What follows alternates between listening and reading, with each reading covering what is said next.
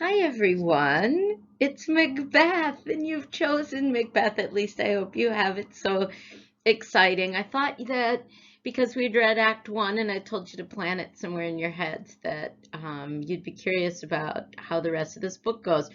So I spent time creating what I think is a gorgeous PowerPoint that I hope will help you understand this play. And we're just going to enjoy it. So if you have questions afterwards or you'd like to know more, and I even read a book that I could suggest you, a fiction book based on this play, kind of odd, but I can share that with you.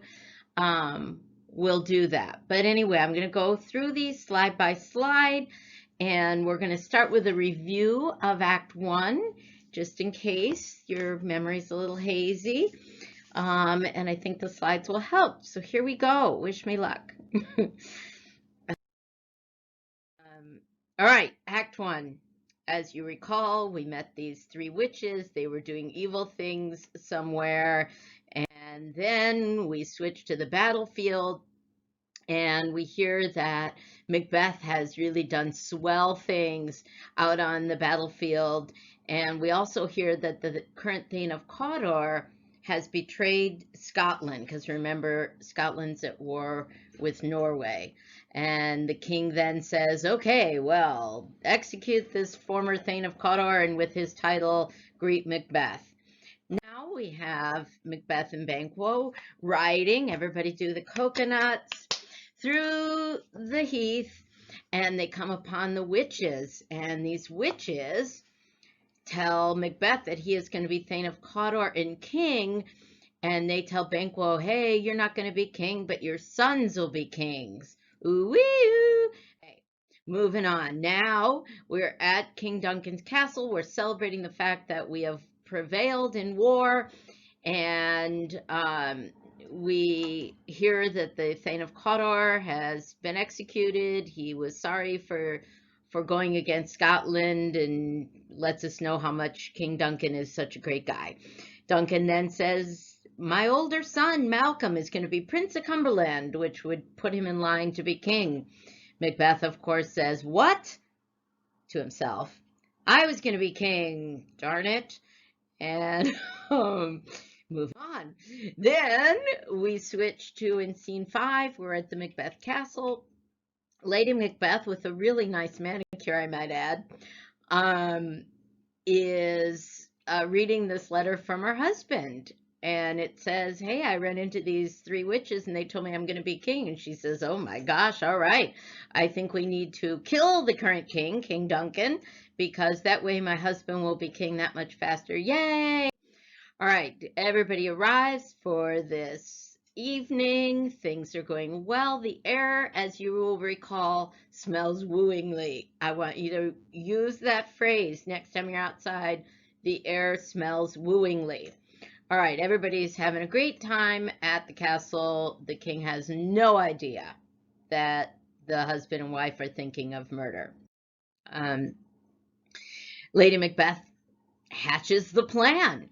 She says, we are going to get his bodyguards drunk and they will pass out. It'll be as good as if they're dead. And then you and I are going to take a dagger and have at the king. Good plan. Next scene, Act 2, is where we are beginning. And the question we left with is, are they really going to go through with this killing? What do you think, kids? Turn to your pet and say, I think they will kill him, or I don't think they will kill him. Because remember, Macbeth is kind of conflicted.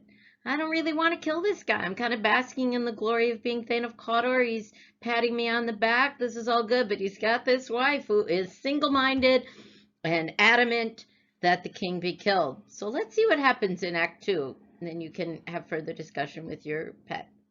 Okay, I didn't edit that out, so you can enjoy my mistake. But anyway, here we go. Act 2. We are reading. The people involved are Banquo, Fleance, his son, and Macbeth. And if you remember from the movie, if you were there, the little boy with the high voice, that was Fleance's son. Kind of cute, huh? All right, so here we are, and we are really actually just outside the castle with Banquo and Fleance. And even though the picture looks like it could be 12 noon, it's kind of dark outside. All right, here we go. Banquo says, "How goes the night, boy?" His son, "The moon is down. I have not heard the clock," so he's not sure how late it is. Banquo, "She goes down at 12, meaning the clock. She makes noise at 12. Fleance, "I take 'tis later, sir." It's later than that. Banquo says, "Hold, take my sword. There's husbandry in heaven." Husbandry is economy. What does that mean? That means it's really dark out. Again, unlike this picture, but it's really dark out. And we know what that means because crummy things happen at night. Their candles are all out, meaning the stars are all dark. "Take thee that too." He must have handed him something else. "A heavy summons lies like lead upon me, and yet I would not sleep." He's tossing and turning because of these witches. "Merciful powers, restrain in me the cursed thoughts that nature gives way to in repose. Let me sleep." Here comes Macbeth, and he's got this servant by his side. And so Banquo turns to his son and says, "Give me my sword." Interesting. Then he says, "Who's there?" Macbeth answers, "A friend." Banquo, "What, sir, not yet at rest? The king's abed. He hath been in unusual pleasure, and sent forth great largesse to your offices. This diamond he greets your wife withal, by the name of most kind hostess, and shut up in measureless content." Meaning the king had such a great time at your dinner, he sent this diamond for Lady Macbeth. I mean, not a bad deal. I would have the king over to get a diamond, wouldn't you? All right. Macbeth says, "Being unprepared, our will become the servant to defect, which else should free have wrought."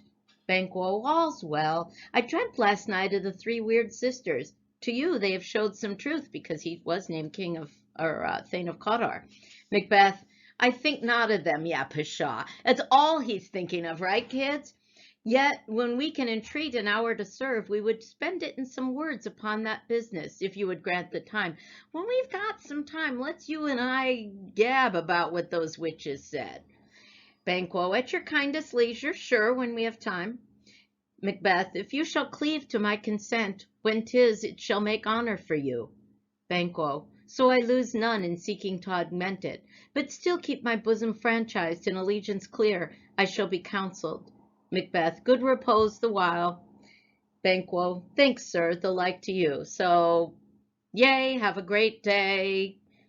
We'll see you later." Sure. And then exit Banquo and Fleance. You can do the coconuts with me. Macbeth turns to his servant and says, "Go bid thy mistress, when my drink is ready, she strike upon the bell. Get thee to bed." Sounds to me, kids, like husband and wife have hatched, as part of this hatched plan, a plan to signal to one another when it's time to kill the king. And that is, that Macbeth can't turn to the servant and say, "Hey, we're going to kill the king, so my wife's going to give me a signal." So he says, "Tell her, that when my drink is ready." Haha. All right, the servant goes off his merry way. And now Macbeth starts to imagine this dagger before him because he's so struggling with the emotions of killing the king. So he imagines this dagger. He says, "Is this a dagger which I see before me, the handle toward my hand? Come, let me clutch thee." And as he reaches, the dagger goes away. "I have thee not, and yet I see thee still. Art thou not fatal vision sensible to feeling as to sight? So aren't you, I see you, but I can't touch you. What's up with that? Or art thou but a dagger of the mind, a false creation, proceeding from the heart oppressed brain?" Yeah, the latter. "I see thee yet in form as palpable," and he pulls out his own dagger, his real dagger, "as this which I now draw." So it looks as real as this one, that it really is real. "Thou marshallest me the way," you're showing me the way that I was going, "and such an instrument I was to use. Mine eyes are made the fools of the other senses." So I see it, but I can't touch it. My eyes must be cray-cray. "Or else, worth all the rest, I see thee still, and on thy blade and dudgeon gouts of blood, which was not so before. There's no such thing. It is the bloody business which informs thus to mine eyes." I was making it more Shakespearean than it really is. Now, o'er the one-half world nature seems dead, and wicked dreams abuse the curtained sleeps. He's having nightmares. Witchcraft celebrates pale Hecate's offerings, and withered murder, alarmed by his sentinel, the wolf, his guard, the wolf, whose howls his watch, thus with his stealthy pace, with Tarquin, and if you're following along, if you look at your footnote, Tarquin is this character who committed rape, and then the person he raped killed herself. Kind of creepy. With Tarquin's ravishing strides towards his design, moves like a ghost. Thou sure and firm set earth, hear not my steps, which way they walk. So, for fear thy very stones prate of my whereabouts. I'm afraid that when I walk, people are going to hear my footsteps heading towards the king's room to kill him. And take the present horror from the time which now suits with it. Whiles I threat, he lives, he the king. Words to the heat of deeds too cold breath gives. A bell rings. Ding, ding. It's his wife signaling. I go, and it is done. The bell invites me. Hear it not, Duncan, for it is a knell, it is a sound of a bell ringing that summons thee to heaven or to hell. OMG. So you're going to know pretty soon, King Duncan, if you're going to heaven or hell, because you're going to lose your life. Scene 2. All right, now we are at Macbeth's castle, but we're inside, and you can see from the picture we've got the king who is in bed already. We knew that. And oh my gosh, could that be Macbeth behind him with a dagger? Let's find out, kids. But first, Lady Macbeth reports to her husband what's going on. So she says, that which hath made them drunk hath made me bold. Remember, they, being drunk, are the guards. What hath quenched them hath given me fire. Hark, peace. She listens. It was the owl that shrieked, the fatal bellman, which gives the sternest good night. Remember, in Elizabethan times, if things were going awry, if there was something wrong, nature was upset, just like thunder and lightning. Now we've got owls shrieking. Not a good sign, kids. He is about it. The doors are open, and the surfeited grooms, the guards, do mock their charge with snores, so they're so passed out. I have drugged their posset, so she's excited about how much she's given them to drink. That death and nature do contend about them. I like that line, that death and nature do contend about them. It's hard to tell whether they're living or dead because they're so passed out from this alcohol, whether they live or die. And then the hubby says to her, who's there? What? Ho! Lady Macbeth, alack, I am afraid they have awaked, and 'tis not done. She didn't kill the king. The attempt and not the deed confounds us. Hark! I laid their daggers ready. He could not miss 'em. Had he not resembled my father as he slept, I had done it. She went in to kill the king and then chickened out. And she says, well, you know why? Because, gosh, he looks like my dad, so I couldn't do it, to her husband. All right, the husband walks now into the room, and she says, my husband? He comes from where you see this picture here from killing the king and says, I've done the deed. Didst thou not hear a noise? Lady Macbeth, I heard the owl scream and the crickets cry. Did you not speak? When? Now, as I descended. I. Hark, who lies in the second chamber? Donalbain. Donalbain, remember, is the king's younger son. So who's residing or sleeping in the second bedroom? It would be Donalbain. Macbeth looks at his bloody hands. This is a sorry sight. She says, a foolish thought to say a sorry sight. There's the Lady Macbeth we know and love coming back, because she chickened out, but she is so thrilled that her husband is coming back with bloody hands. Okay, I wish you guys could see that one of my cats, I think it's Fergus, is playing with this curtain, having a great time over here and not even listening. Maybe he's enjoying Macbeth at the same time. Anyway, let's continue. She says that, remember, a foolish thought to say a sorry sight. Macbeth, there's one did laugh in his sleep, and one cried murder. He imagined as he was killing the king that the guards awakened. That they did wake each other. I stood and heard them, but they did say their prayers and addressed them again to sleep. Lady Macbeth, they are two lodged together. The sons are both there together. Macbeth. One cried, God bless us, and amen, the other. As they had seen me with these hangmen's hands, listening their fear, I could not say amen when they did say God bless. Lady Macbeth. Consider it not so deeply. Quit thinking about it, because we don't know that it's a fact that the sons woke up and heard him. He's probably just suffering from guilt. Macbeth says, but wherefore could I not pronounce amen? I had most need of blessing, and amen stuck in my throat. Lady Macbeth, these deeds must not be thought after these ways, so it will make us mad. Quit thinking about it, or we're going to really go cray-cray. Little foreshadowing, kids. Macbeth, methought I heard a voice cry, sleep no more. Macbeth does murder sleep, the innocent sleep, sleep that knits up the raveled sleeve of care, the death of each day's life, sore labor's bath, balm of hurt, minds, great nature's second course, chief nourishment in life's feast. He's saying, I thought I heard somebody say, you're never going to sleep anymore, Macbeth. She says, what do you mean? Macbeth, still it cried, sleep no more, to all the house. Glamis hath murdered sleep. Remember, he was Thane of Glamis first, so he still maintains that title. And therefore Cotter, his current title, shall sleep no more. Macbeth shall sleep no more. Lady Macbeth, who was it that thus cried? Why, worthy Thane, you do unbend your noble strength to think so brain-sickly of things. Go get some water and wash this filthy witness, the blood, from your hand. Why did you bring these daggers from the place? They must lie there. Go carry them and smear the sleepy grooms with blood. Remember, the idea was to implicate the guards. So go back and put these daggers there.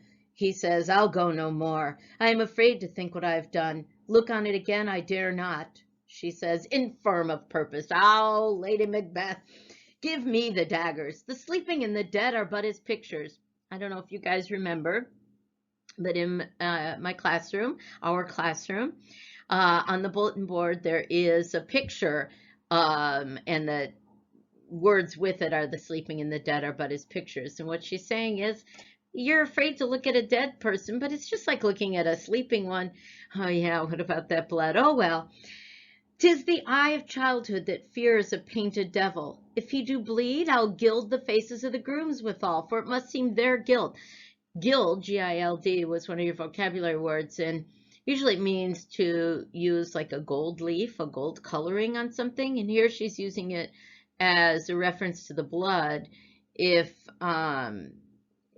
the king is bleeding, I'll make sure to take the blood and put it on the guards just to further implicate them. And off she goes to the king's bedroom.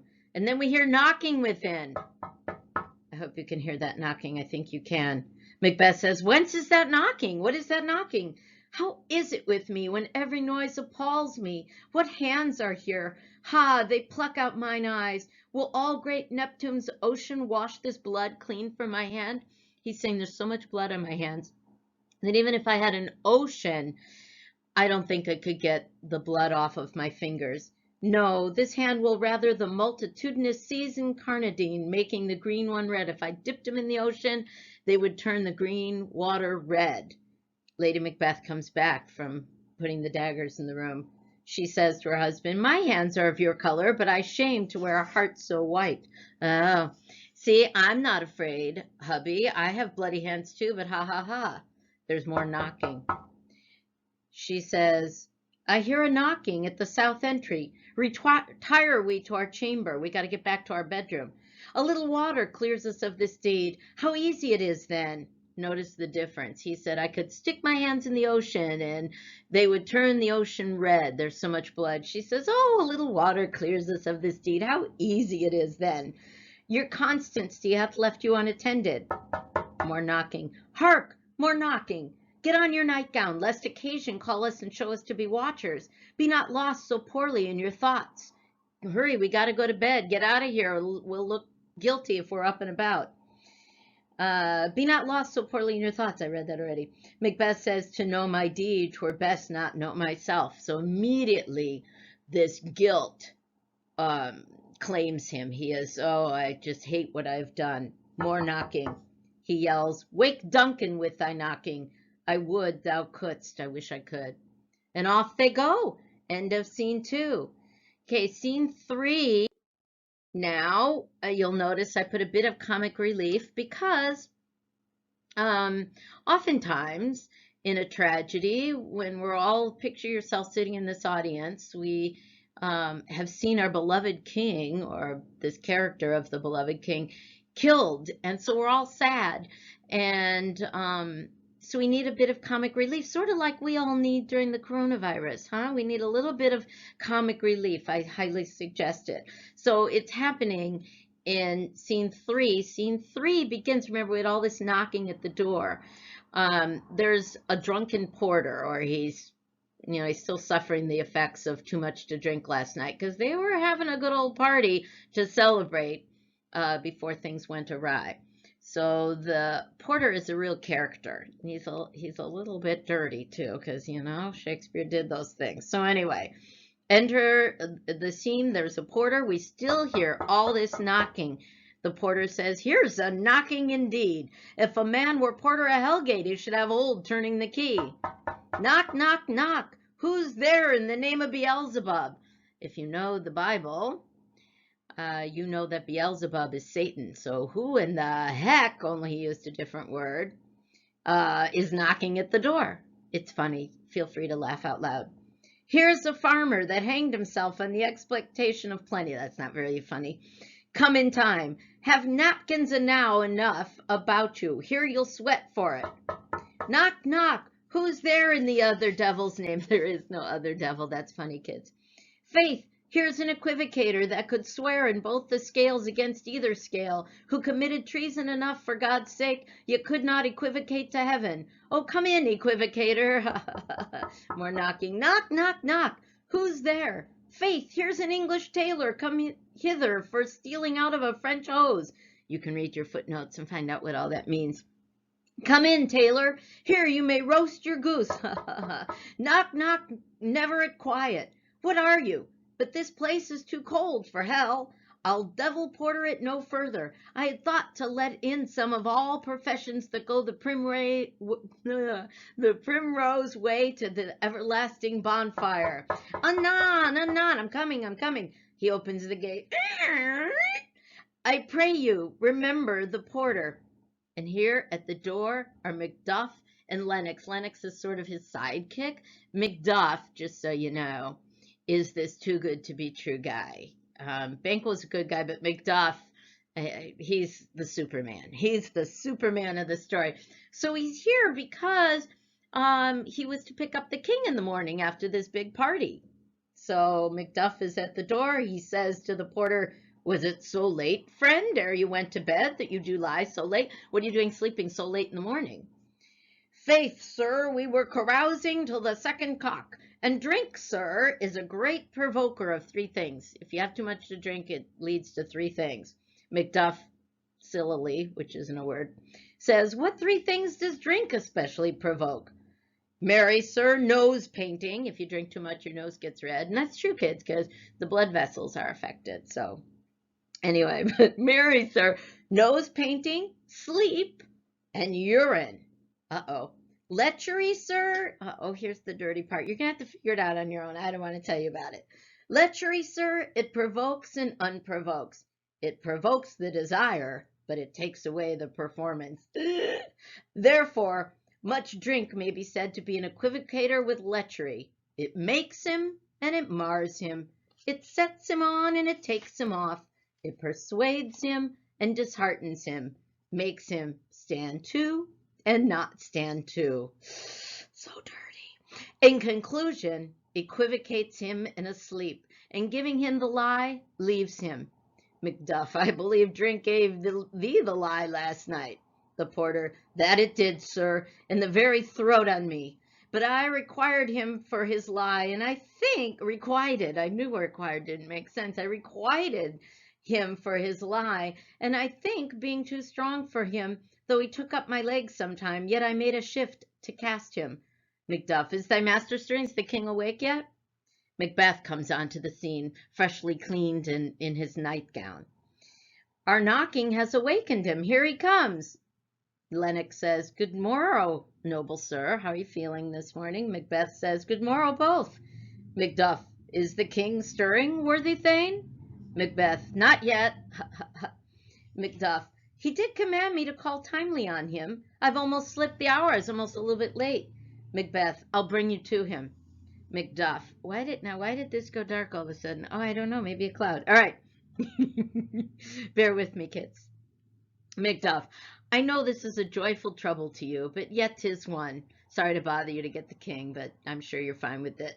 Macbeth, the labor we delight in physics pain. This is the door. He shows him to the king's door of the bedroom. Macduff, I'll make so bold to call, for 'tis my limited service. I'll go in and get him myself. And off he goes, but he's not on horseback. You could do the coconuts if you want, but he's just walking. Cluck-clump, cluck-clump. Lennox makes small talk with Macbeth. Goes the king hence today? Macbeth, he does. He did appoint so. Is the king leaving today? Yep, he is. Lennox, the night has been unruly. Where we lay, our chimneys were blown down, and as they say, lamentings heard in the air. Strange screams of death, and prophesying with accents terrible of dire combustion and confused events new hatched to the woeful time. The night was a big mess last night. Now, in the Elizabethan audience, we know that's because bad things happened last night. The king was killed, so no wonder all this stuff was going on. The obscure bird clamored the livelong night.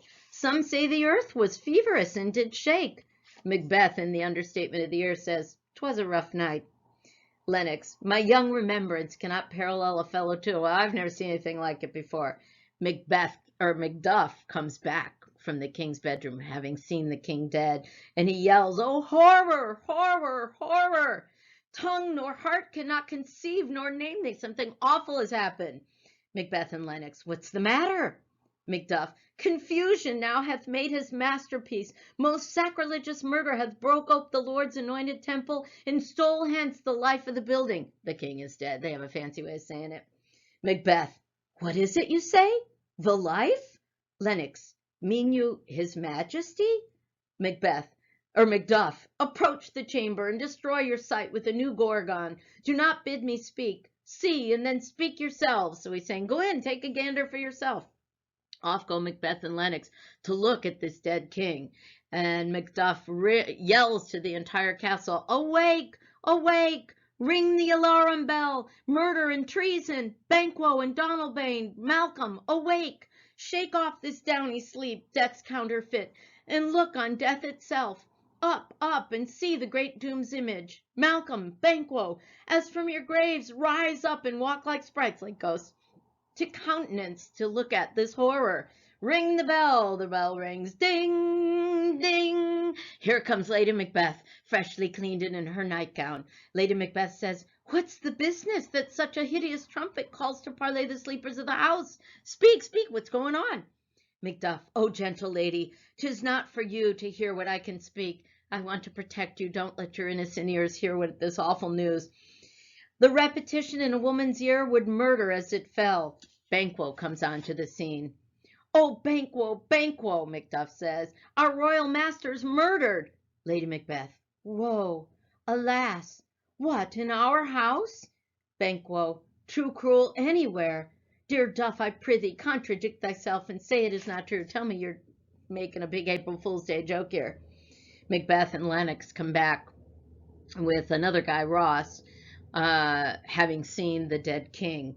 And Macbeth says, had I but died an hour before this chance, I had lived a blessed time.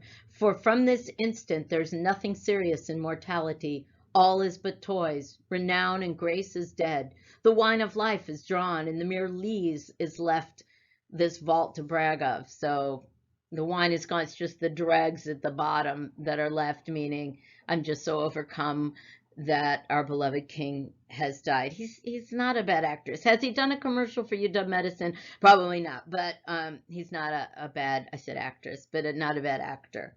Okay, here come the king's sons. They were in the bedroom adjacent to their dad's. So Malcolm and Donalbain come in, and Donalbain, the younger son, he was the guy who was limping, if you remember from the movie. If you guys decide that you want to look up Holinshed's Chronicles, which was one of your bullet points that we may or may not get to, depending on how the year goes. Donalbain is based on somebody who actually did have a limp. So even though it doesn't say in the play that he had a limp, you can tell that the director of the movie had done his research, and that's why he had him limping. So anyway, Donald Bane says, "What's amiss? What's wrong?" Macbeth says, "You are and do not know it. The spring, the head, the fountain of your blood is stopped. The very source of it is stopped." Fancy way of saying your dad's dead. Macduff says, in plain English, plainer English, "Your royal father's murdered." Malcolm. And if you're looking in your book, you think that's a funny line because it always gets a laugh in class. But you have to think of his shock and hearing that his dad has been murdered. So Malcolm says, "Oh, by whom?" Lennox, "Those of his chamber. Yeah, the two guards, as it seemed, had done it. Their faces and hands and faces, were all badged with blood. So were their daggers, which unwiped we found upon their pillows." So Lady Macbeth's plan is going swimmingly here because he's saying it looks like the guards killed your dad. They stared and were distracted. No man's life was to be trusted with them. So they were crummy guards. In other words, Macbeth says, "Oh, yet I do repent me of my fury that I did kill them." What? What did he just say? He said, "I was so angry, I was so furious in seeing that these guys had killed the king that I killed these two guys." Uh-oh, Macbeth, this was really not part of the plan. Oh, well, Macduff says, "Wherefore did you so? Why did you do that?" Macbeth, "Who can be wise, amazed, temperate and furious, loyal and neutral in a moment? No man. The expedition of my violent love outrun the pause of reason. Here lay Duncan, his silver skin laced with his golden blood, and his gashed stabs looked like a breach in nature, for ruin's wasteful entrance. There the murderers, steeped in the colors of their trade, their daggers unmannerly breached with gore. Who could refrain that had a heart to love, and in that heart courage to make his love known?" So what he says is, I couldn't think logically. I was overcome with emotion looking at our beloved king lying there dead. I couldn't help myself. Lady Macbeth faints because, again, this wasn't part of her plan. And she says, "Help me hence, ho." When they say ho, kids, it's not like the slang ho. It's just that kind of a ho. All right, Macduff, being the gentleman because he is Superman, says to people, "Look to the lady, take care of Lady Macbeth." And then the brothers, Malcolm and Donald Bane, Malcolm says to his brother, "Why do we hold our tongues that most may claim this argument for ours? People might think we did this," especially Malcolm, because if his dad's out of the picture, he becomes king. Donald Bane says, "What should be spoken here, where our fate, hidden in auger hole, may rush and seize us. Let's away. Our tears are not yet brewed. We can't talk here.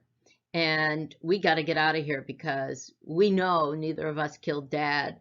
And so somebody may be out to get us. So we have got to get away." I like this line, very poetic. "Let's away. Our tears are not yet brewed." We have no time to grieve, like you would brew tea or coffee. We don't have time for that because we got to skedaddle like nobody's business. Malcolm says, "Nor our strong sorrow upon the foot of motion." Yeah. Banquo says, "Look to the lady." Lady Macbeth is carried out. "And when we have our naked frailties hid that suffer an exposure, let us meet and question this most bloody piece of work to know it further. Fears and scruples shake us. In the great hand of God I stand, and thence against the undivulged pretense I fight of treasonous malice."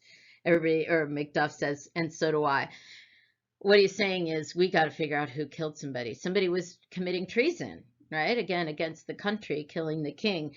We have to figure out who this is. I want to figure it out. And Macduff says, "Yeah, me too." And everybody says, "So all," because everybody loved this king and is upset. Macbeth says, "Let's briefly," this is a great line, "let's briefly put on manly readiness." Manly readiness is clothing for war. So let's put on our clothes and meet in the hall together. Everybody says, "Well contented." Everybody leaves, and left behind are the two sons. Malcolm says to his brother, "What will you do? Let's not consort with them. To show an unfelt sorrow is an office which the false man does easy." I'll to England. Hey, I'm heading out to England. What are you going to do? Donalbain says, to Ireland I. Our separated fortune shall keep us both as safer. Better if we're in different countries, because if they're after us, we won't be together. It's kind of like, well, you know what it's like. Anyway, so we just don't want to be together. If one of us is killed, the other one can still live.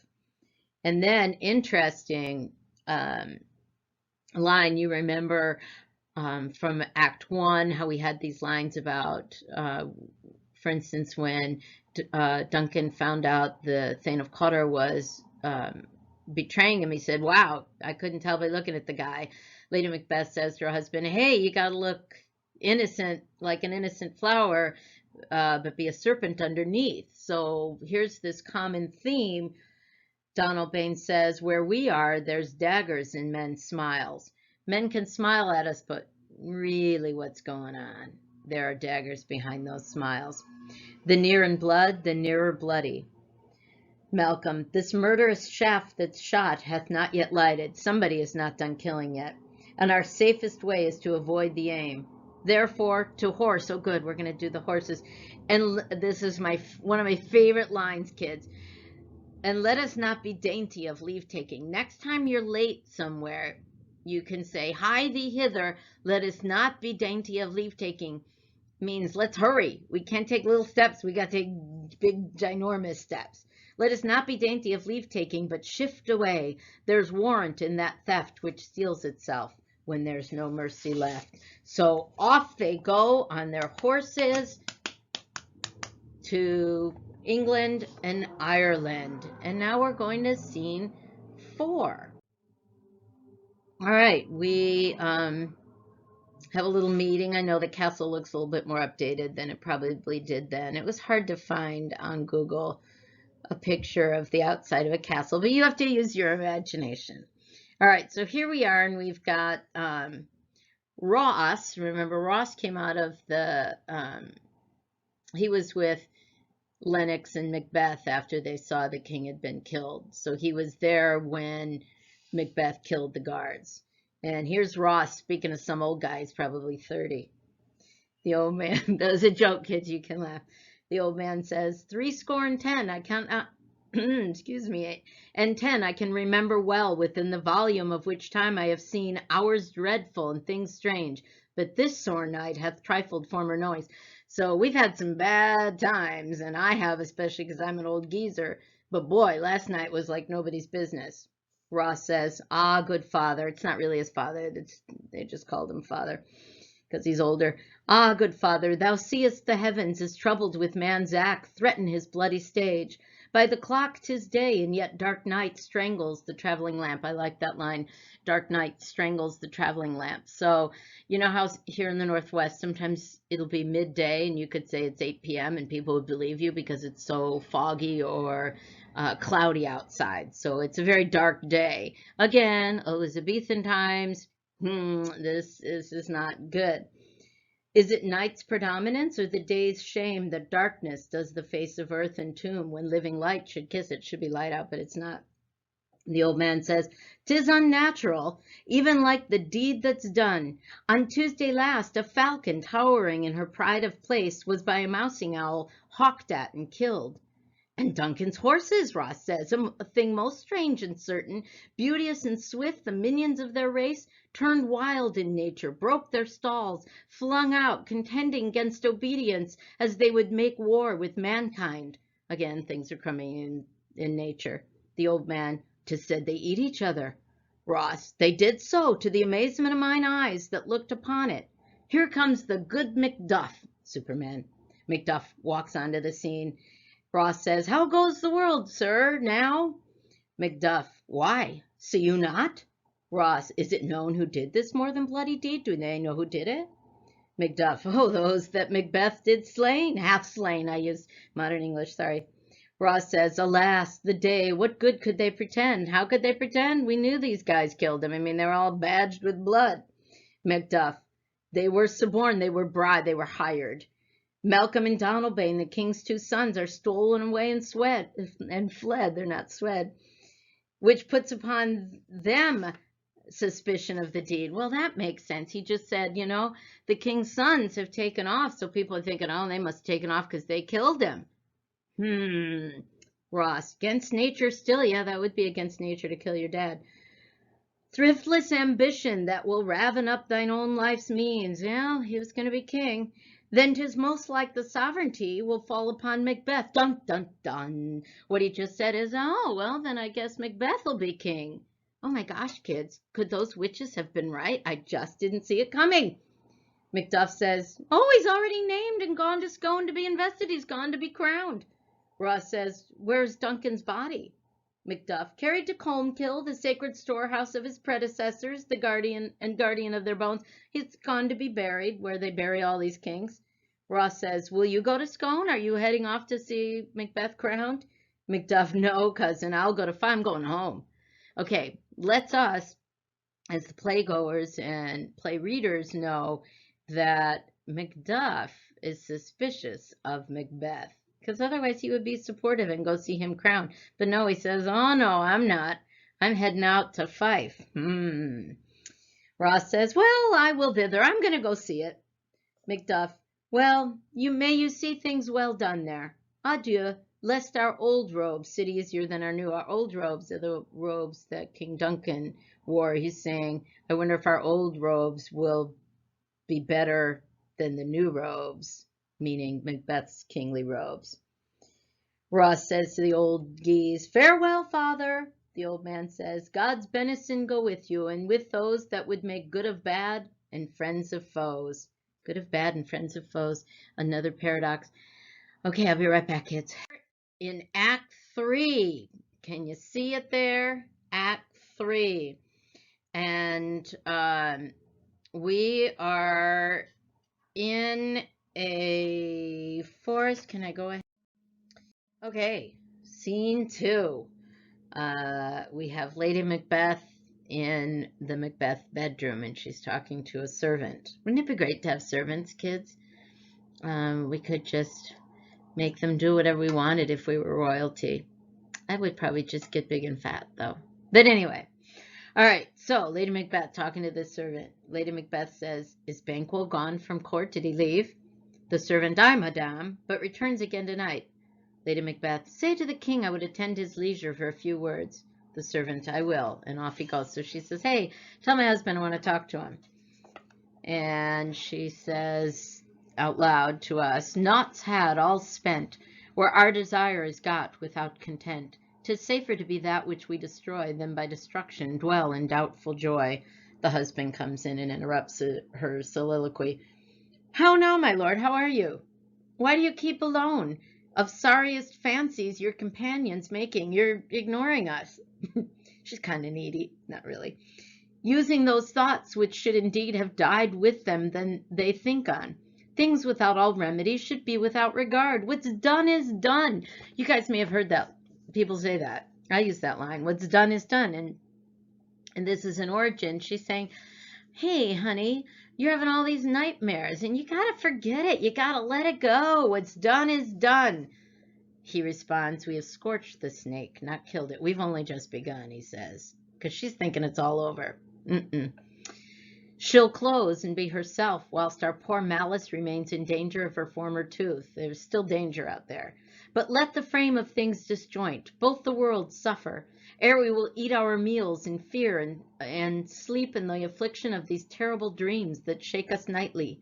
Better be with the dead, whom we, to gain our peace, have sent to peace, than on the torture of the mind to lie in restless ecstasy. What he's saying is, I would almost rather be dead, because these nightmares are so horrific, and I would be at peace if I were dead. Duncan, he continues, is in his grave. After light's fitful fever, he sleeps well. Treason has done his worst, nor steel, nor poison, malice, domestic, foreign levy, nothing can touch him further. He has no problems anymore. Lady Macbeth, come on, gentle my lord, sleek over your rugged looks. Be bright and jovial among your guests tonight. There's that same theme of, I know you're troubled, but you gotta look like you're having a great time tonight, so our guests have a good time. He says, so shall I, love, and so I pray be you. Let your remembrance apply to Banquo. present him eminence, both with eye and tongue. Unsafe the while that we must lave our honors in these flattering streams and make our faces vizards to our hearts. Our faces have to be masks to our hearts, disguising what they are. Lady Macbeth, you must leave this. Leave it alone. Quit talking like this. He says, oh, full of scorpions is my mind, dear wife. Thou knowest that Banquo in his fleance lives. Lady Macbeth, but in them nature's copy is not eternal or not etern. Macbeth, there's comfort yet. They're killable. So that is the only thing I'm clinging to that's giving me some comfort. Then be thou jocund. Then I'll be happy.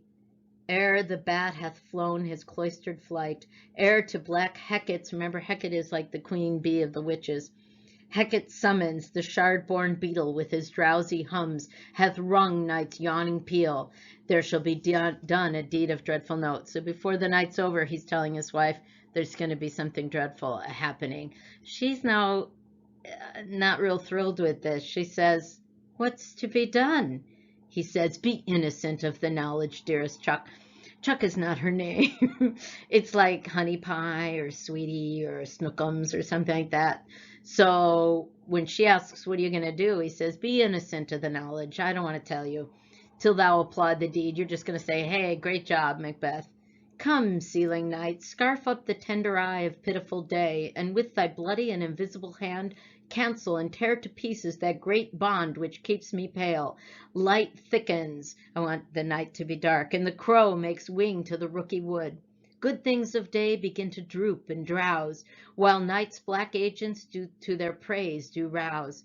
Thou marvelest at my words, but hold thee still. Things bad begun make strong themselves by ill. So prithee, go with me. End of scene. Let's go to scene 3. All right, we are, it looks so pretty, doesn't it, kids? We are out on it's a little bit nebulous whether they're in a field or a forest, so I picked something that looks sort of field foresty. Anyway, and it's Banquo and his son Fleance riding to their errand, wherever it might be. And we see now that in this scene there's a third murderer suddenly, and we're wondering, well, who the heck is this third murderer? Now, Shakespeare never really tells us who it is. If you get a chance to see the movie, see it, or if we have a chance to watch it in class, we'll do that, because it's interesting to see what the director does, who he puts in as this third murderer. But suddenly there's a third murderer on the scene for some reason. So murderer 1 says to this guy, but who did bid thee join with us? Who invited you to the party? And the murderer 3, this guy says, Macbeth. Murderer 2, he needs not our mistrust, since he delivers our offices and what we have to do to the directions just. Okay, as long as Macbeth said you could come, I guess he's good. Murderer 1 says to murderer 3, then stand with us. The west yet glimmers with some streaks of day. It's still a little bit light out. Now spurs the lated traveler apace to gain the timely inn, and near approaches the subject of our watch. We're waiting for Banquo and Fleance to come by so we can kill him. Murderer 3 says, hark, I hear horses, get ready. It's Banquo and Fleance on their horses. And Banquo says to his son, give us a light there, ho! Murderer 2, then 'tis he. The rest that are within the note of expectation already are in the court. Murderer 1, his horses go about. Murderer 3, almost a mile, but he does usually, so all men do, from hence to the palace gate make it their walk. Here come Banquo and Fleance. Murderer 2, a light, because they're holding a torch. Murderer 3, 'tis he. Murderer 1, stand to it, let's go, you guys. Banquo, it will be rain tonight. Murderer 1, let it come down, and meaning let's go ahead and kill him. And they set upon Banquo and they start fighting, slash, slash, all kinds of stuff going on. And Banquo yells, oh, treachery, fly, good Fleance, fly, fly, fly. He's telling his son, run away, run away. Thou mayest revenge. And then to the murderer, oh, slave. But guess what, kids? It's sad because the murderers kill Banquo. But Fleance escapes. You go, Fleance. And the third murderer says, who did strike out the light? Murderer 1, was it not the way? Murderer 3, there's but one down. The sun is fled. Murderer 2, we have lost best half of our fur. They only got half the job done. Well, let's away and say how much is done. Oh, Macbeth is not going to be pleased with this. Let's find out in Act 4. All right, we are at dinner at the Macbeth abode, and this picture will be explained as we keep reading. But we're sitting down because remember the Macbeths are party people, and they were going to have a big party that night to which Banquo was invited. He said, oh yeah, I'll be there after I come back. And great. So we are sitting down, and Macbeth says to everybody, you know your own degrees. Sit down at first and last, the hearty welcome. Remember, these people had different ranks. So when he says sit down, you know your degrees. If you're the highest ranking one, you sit first and so on. So have a seat, everybody. And these lords, pictured here in this, we got a bunch of lords here, say, thanks to your majesty. Macbeth says, ourself will mingle with society and play the humble host. He's trying to be this good old guy that I'm going to sit down with you guys and not worry about the fact that I'm the king. I'm just one of you people. Our hostess keeps her state, but in best time we will require her welcome. So Lady Macbeth will be here in 2 shakes of a lamb's tail. Lady Macbeth comes in, pronounce it for me, sir, to all our friends, for my heart speaks they are welcome. Hey, everybody, having a good time, clinking of glasses, chewing of food. And then, I'm not sure what it says in your book. In mine, it says murderer 1 appears at the door. Well, we have to imagine, I mean, the crowd can't know that Macbeth hired these murderers. So maybe he came in behind a curtain, or maybe the door creaked open a little bit. But the only person who really sees this murderer, and of course knows he's a murderer, is Macbeth. And so Macbeth turns to his wife when he sees the murderer show up, and he says, see, they encounter thee with their heart's thanks. Both sides are even. Here I'll sit in the midst. Be large in mirth. Have a good time, everybody. And then when he sees the murderer, anon, we'll drink a measure the table round. I'll be right back, everyone. He goes over to the murderer. There's blood upon thy face. The murderer, 'tis Banquo's then. Macbeth, 'tis better thee without than he within. Then it's better if he's killed than alive. Is he dispatched? Is he dead? Murderer 1, my lord, his throat is cut. That I did for him. Macbeth, thou art the best of the cutthroats. Yet he's good that did the like for Fleance. If thou didst, thou art the nonpareil. So is Fleance dead too? If he's dead too, boy, you are the bee's knees. Murderer 1, most royal sir, Fleance is escaped. Ah, then comes my fit again. I had else been perfect, whole as the marble, founded as the rock, as broad and general as the casing air. But now I am cabined, cribbed, confined. He likes alliteration. I am cabined, cribbed, confined, bound into saucy doubts and fears. But then to the murderer, but Banquo safe, meaning Banquo safely killed? Aye, my good lord, safe in a ditch he bides, with 20 trenched gashes on his head, the least a death to nature. Macbeth, thanks for that. There the grown serpent lies. The worm that's fled hath nature that in time will venom breed. No teeth for the present. So you got the big snake, you got the big guy, and his son, Fleance, who escaped. He's a worm right now. We got time. We'll get him. Get thee gone. Tomorrow we'll hear ourselves again. So get out of here. We'll talk again tomorrow. The murderer leaves. Lady Macbeth goes over to her husband because he's been ignoring his guests and says, my royal lord, you do not give the cheer. The feast is sold that is not often vouched. While 'tis a making, 'tis given with welcome. To feed we're best at home. From thence the sauce to meat is ceremony. Meeting were bare without it. So you got to come over here and sit with everybody. Macbeth, sweet remembrancer. And then we see Banquo's ghost. Actually, we don't see it. Nobody sees this ghost except Macbeth. So see this picture with the thing in the middle? That's Banquo's ghost. But nobody, again, can see him except Macbeth because his guilt has made him delusional. It's messed with his mind. And Banquo is sitting in the seat where Macbeth left when he got up to talk to the murderers. But he doesn't see him immediately, and he continues his happy ways and says to everybody, now good digestion, wait on appetite, and health on both.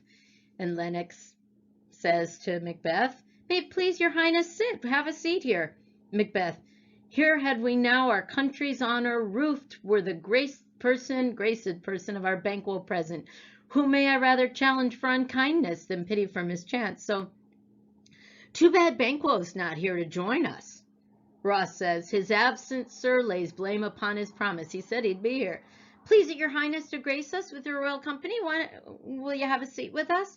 Macbeth looks at a body, not realizing what it is, in his seat and says, the table's full.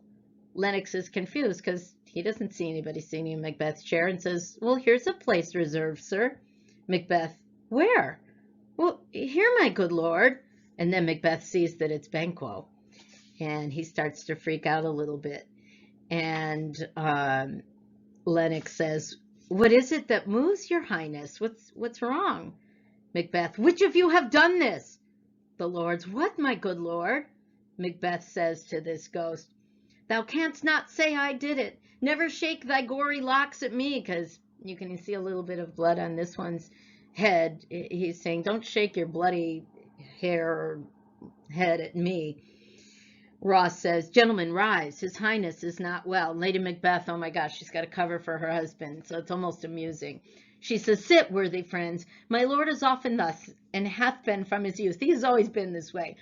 Pray you, keep seat. The fit is momentary. Upon a thought he will again be well. If much you note him, you shall offend him, and accept. Please, he doesn't want anyone to get upset with him.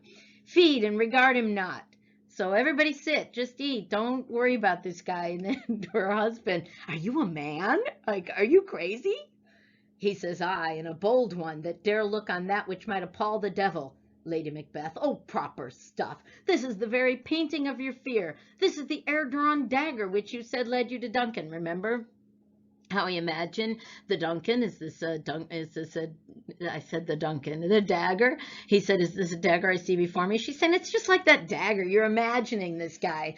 Oh, these flaws and starts, impostors to true fear, would well become a woman's story at a winter's fire, authorized by her grandam.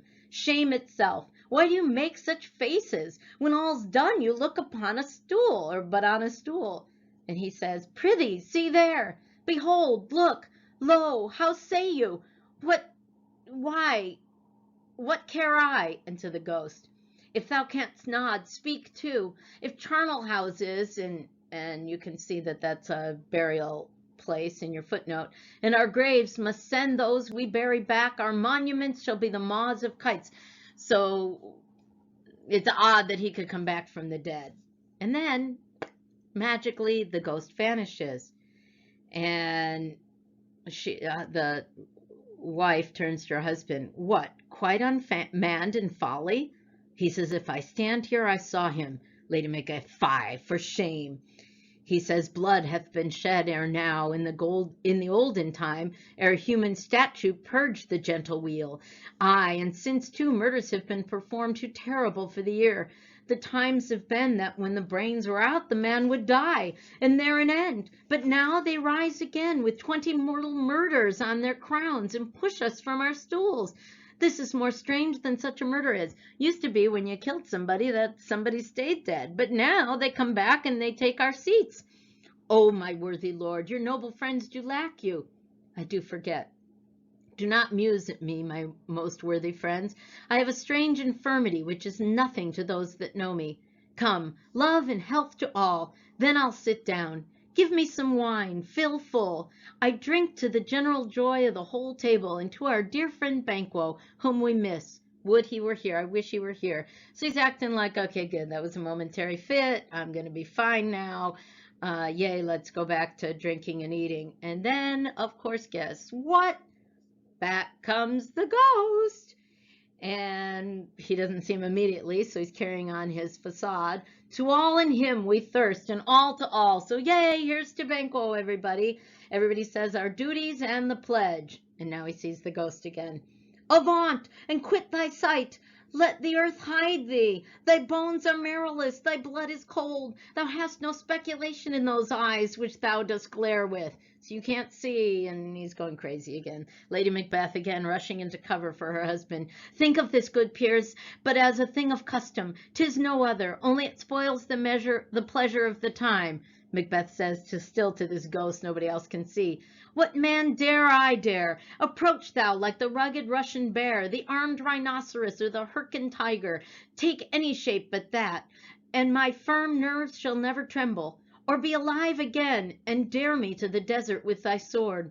If trembling I inhabit, then protest me the baby of a girl. Hence, horrible shadow, unreal mockery, hence. The ghost disappears again. Why, so being gone, I am a man again. To his ghosts, to his guests. Pray you, sit still. Okay, what is going through? If you went to dinner at somebody's house and this person's imagining somebody there, I'm not sure what you'd be thinking, but you'd be doing a lot of talking in whispers to people around you, methinks. All right, so pray you, sit still. And Lady Macbeth pulls him aside and says, you have displaced the mirth, broke the good meeting with most admired disorder. You are ruining this party. Macbeth says, can such things be, and overcome us like a summer's cloud without our special wonder?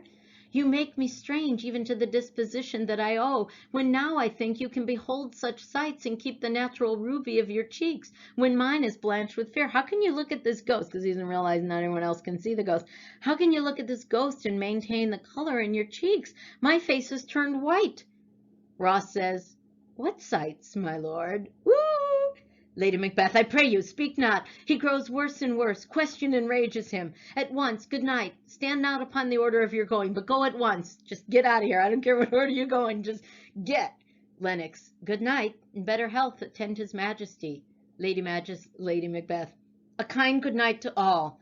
Everybody files out. The only people left are husband and wife.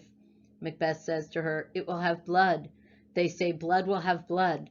Stones have been known to move and trees to speak. Augurs and understood relations have by maggot pies and chows and rooks brought forth the secretest of man of blood. What is the night?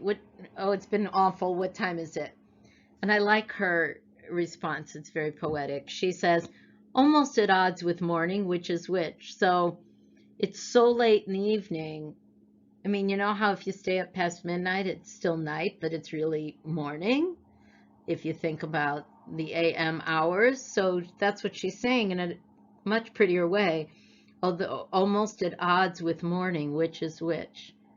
I like that. Next time you're up past midnight and somebody says, what time is it? You can say almost at odds with morning, which is which. Can't tell. He says, how sayest thou that Macduff, sometimes I call him Macbuff because he's Superman, kids, that Macduff denies his person at our great bidding. He says, hey, why wasn't Macduff here tonight? Oh, kids, oh, this is not going to be good. This is not going to be good. Because in his current state, he's thinking, yeah, everybody's out to get me. And we all know, because we know that Macduff didn't go to see Macbeth crowned. We know that he suspects Macbeth. So this is just not good. But anyway, hey, why wasn't Macbeth here tonight? Lady Macbeth says, did you send him, sir? He says, I hear it by the way, but I will send. There's not a one of them but in his house I kept a servant feed. I will tomorrow, and betimes I will to the weird sisters. More shall they speak. For now I am bent to know by the worst means the worst. I'm going back to the weird sisters, to the witches, to ask them more. Oh, real good idea, Macbeth, real good idea. For mine own good, all causes shall give way. An important line here. I am in blood stepped in so far that should I wade no more, returning where it's tedious as go over. He's saying, I've gone so far ahead with this, I got to keep going, or it's going to get worse. So think about how you might do that in real life. You've missed your curfew. Parent says, why are you late? Well, we got a flat tire. Well, that's odd, because I was just talking to so-and-so, and I found out this. Do you keep going with your fib, or do you say, okay, you're right, I give up? He's saying you got to keep going with the fib. And I think as readers and playgoers, we want to say, no, just come clean. It always goes wrong if you keep pursuing the lie, but no. He says, I returning words, tedious as go over. Strange things I have in my head, and that will to hand, which must be acted ere they may be scanned. She says, you lack the season of all natures in sleep. You just need some good sleep, honey. And then, come, he says, come, will to sleep. My strange and self-abuse is the initiate fear that wants hard use. We are yet but young, indeed. Oh, honey, he says, we have just begun.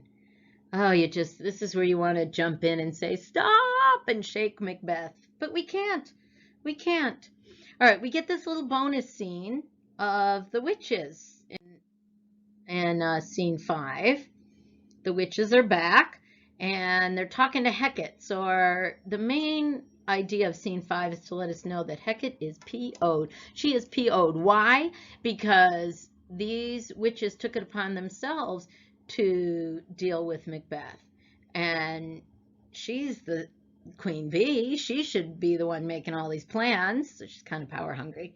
Anyway, thunder, because they're witches, so there's got to be thunder. And one witch says to Hecate, why, how now, Hecate? You look angrily. Yeah, she is. Have I not reason? Beldams as you are, saucy and overbold. How did you dare to trade and traffic with Macbeth in riddles and affairs of death?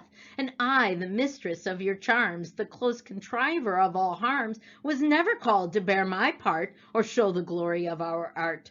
And which is worse, all you have done hath been but for a wayward son. And you did it for Macbeth, too. I'm really PO'd. Spiteful and wrathful, who as others do, loves for his own ends, not for you. We get nothing out of this. It's all for himself. But make amends now, get you gone, and at the pit of Acheron, meet me in the morning. Thither he will come to know his destiny. Remember, we left him saying to his wife, I got to go back and see those witches. And now she's saying, we'll meet with him. Huh? It looks like they will. Your vessels and your spells provide, your charms and everything beside. I am for the air. This night I'll spend unto a dismal and a fateful end. Great business must be wrought ere noon upon the corner of the moon. There hangs a vaporous drop profound. I'll catch it ere it come to ground. Isn't it fun how she talks in rhyme? And that, distilled by magic sleights, shall raise such artificial sprites as by the strength of their illusion shall draw him on to his confusion. He shall spurn fate, scorn death, and bear his hopes above wisdom, grace, and fear. And you all know security is mortal's chiefest enemy. And there's music, la-di-da-di-da-di-da-di-da.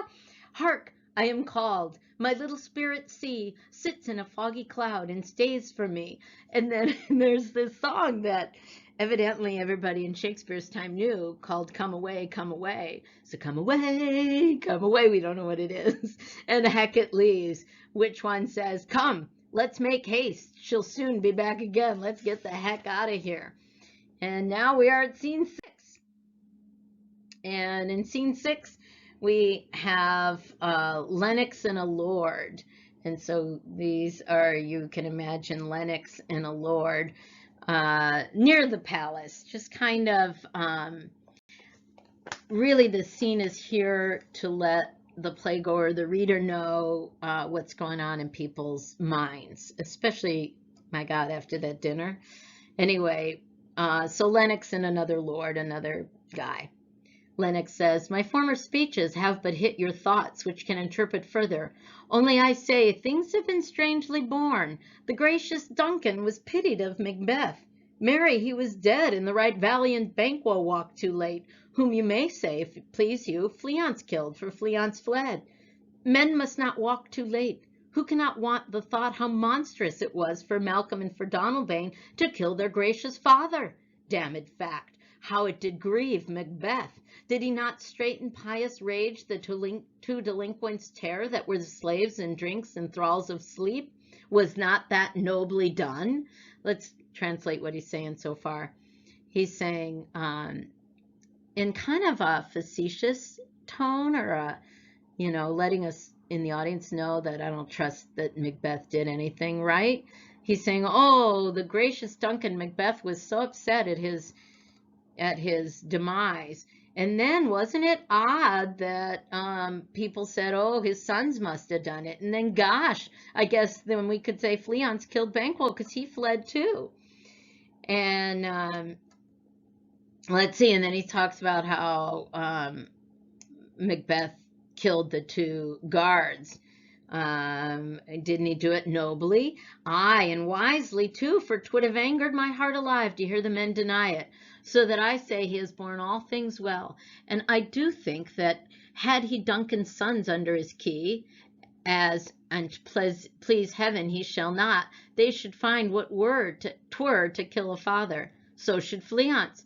But peace, for from broad words, and 'cause he failed to his presence at the tyrant's feast, I hear Macduff lives in disgrace. Sir, can you tell where he bestows himself? So he's saying, hey, and I hear he's now after Macduff.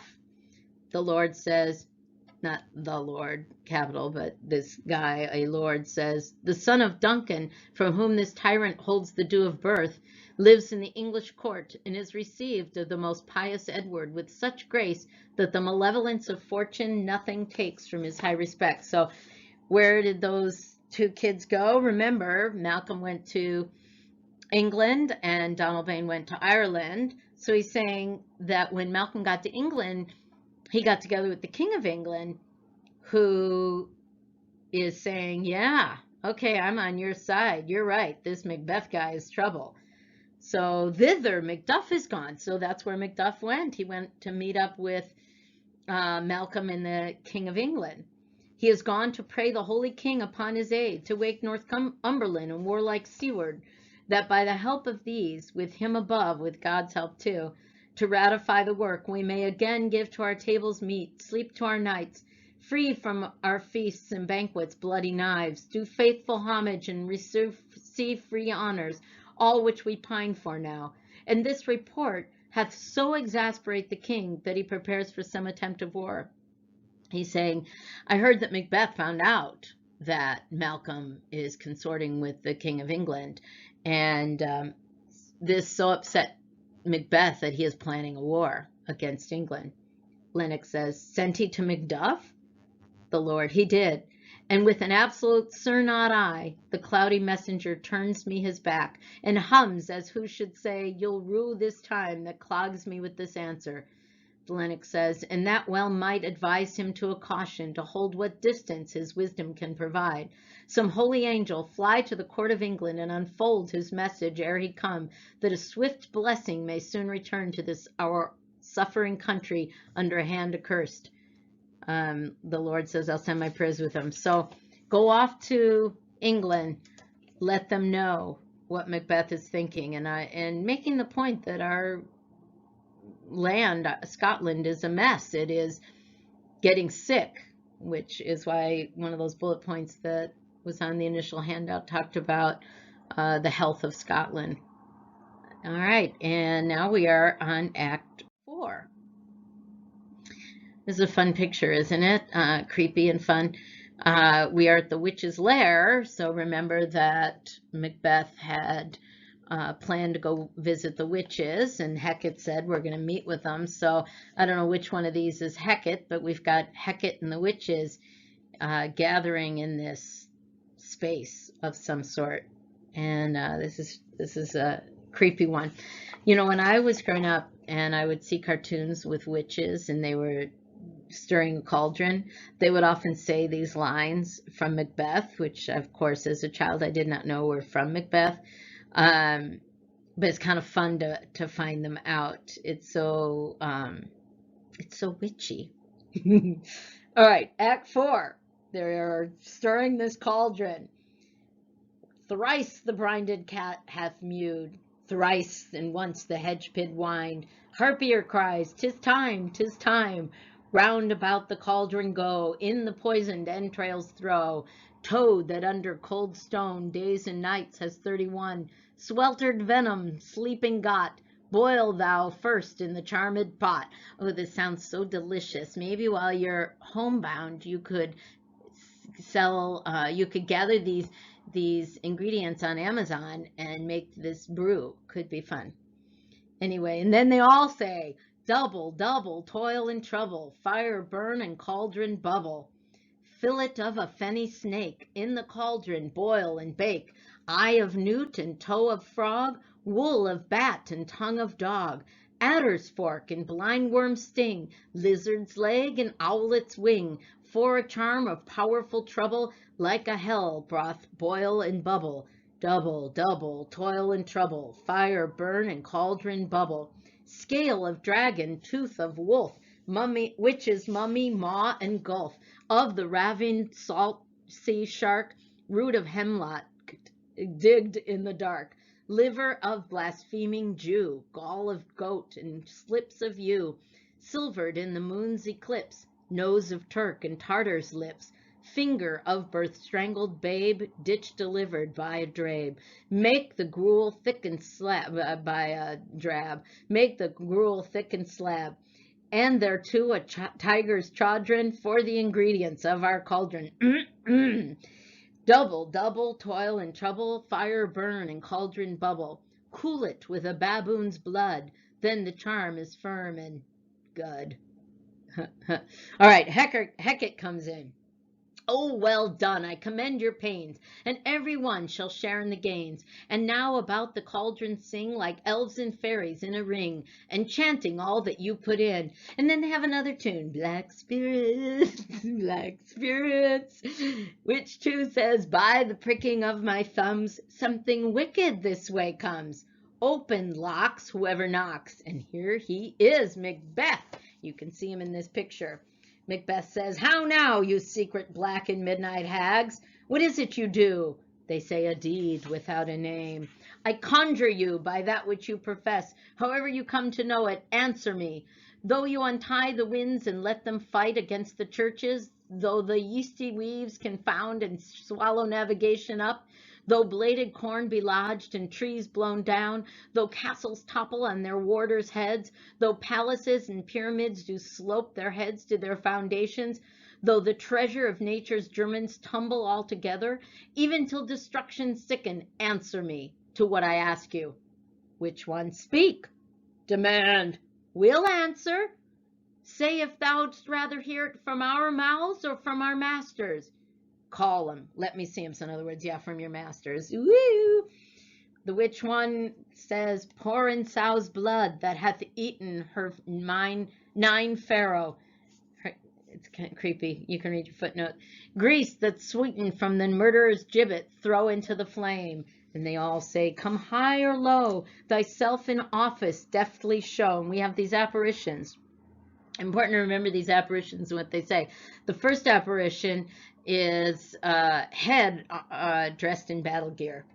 Macbeth says, tell me thy unknown power. Which one says, he knows thy thought. Hear his speech, but say thou not. You can't, it's like the Wizard of Oz. Don't talk to him. He'll talk to you. He knows why you're here. And the apparition says, Macbeth, Macbeth, Macbeth, beware Macduff, beware the Thane of Fife. Dismiss me, enough. Okay, we know Macduff suspects Macbeth, so it's probably right that he's saying you should beware Macduff. And then the apparition disappears. Macbeth says, whate'er thou art, for thy good caution thanks. Thou hast harped my fear aright. But one word more, let me ask him something else. The witch says, he will not be commanded. Here's another, more potent than the first. And this second apparition is a bloody child. It says, Macbeth, Macbeth, Macbeth. And Macbeth says, had I 3 years, I'd hear thee. The apparition, be bloody, bold, and resolute. Laugh to scorn the power of man, for none of woman born shall harm Macbeth. And it disappears. Okay, so we've got beware Macduff, the first one says. Second one says, no man born of woman can harm Macbeth. Now, wait a minute. Isn't every man born of woman? I don't get it. I don't get it, kids, but let's continue.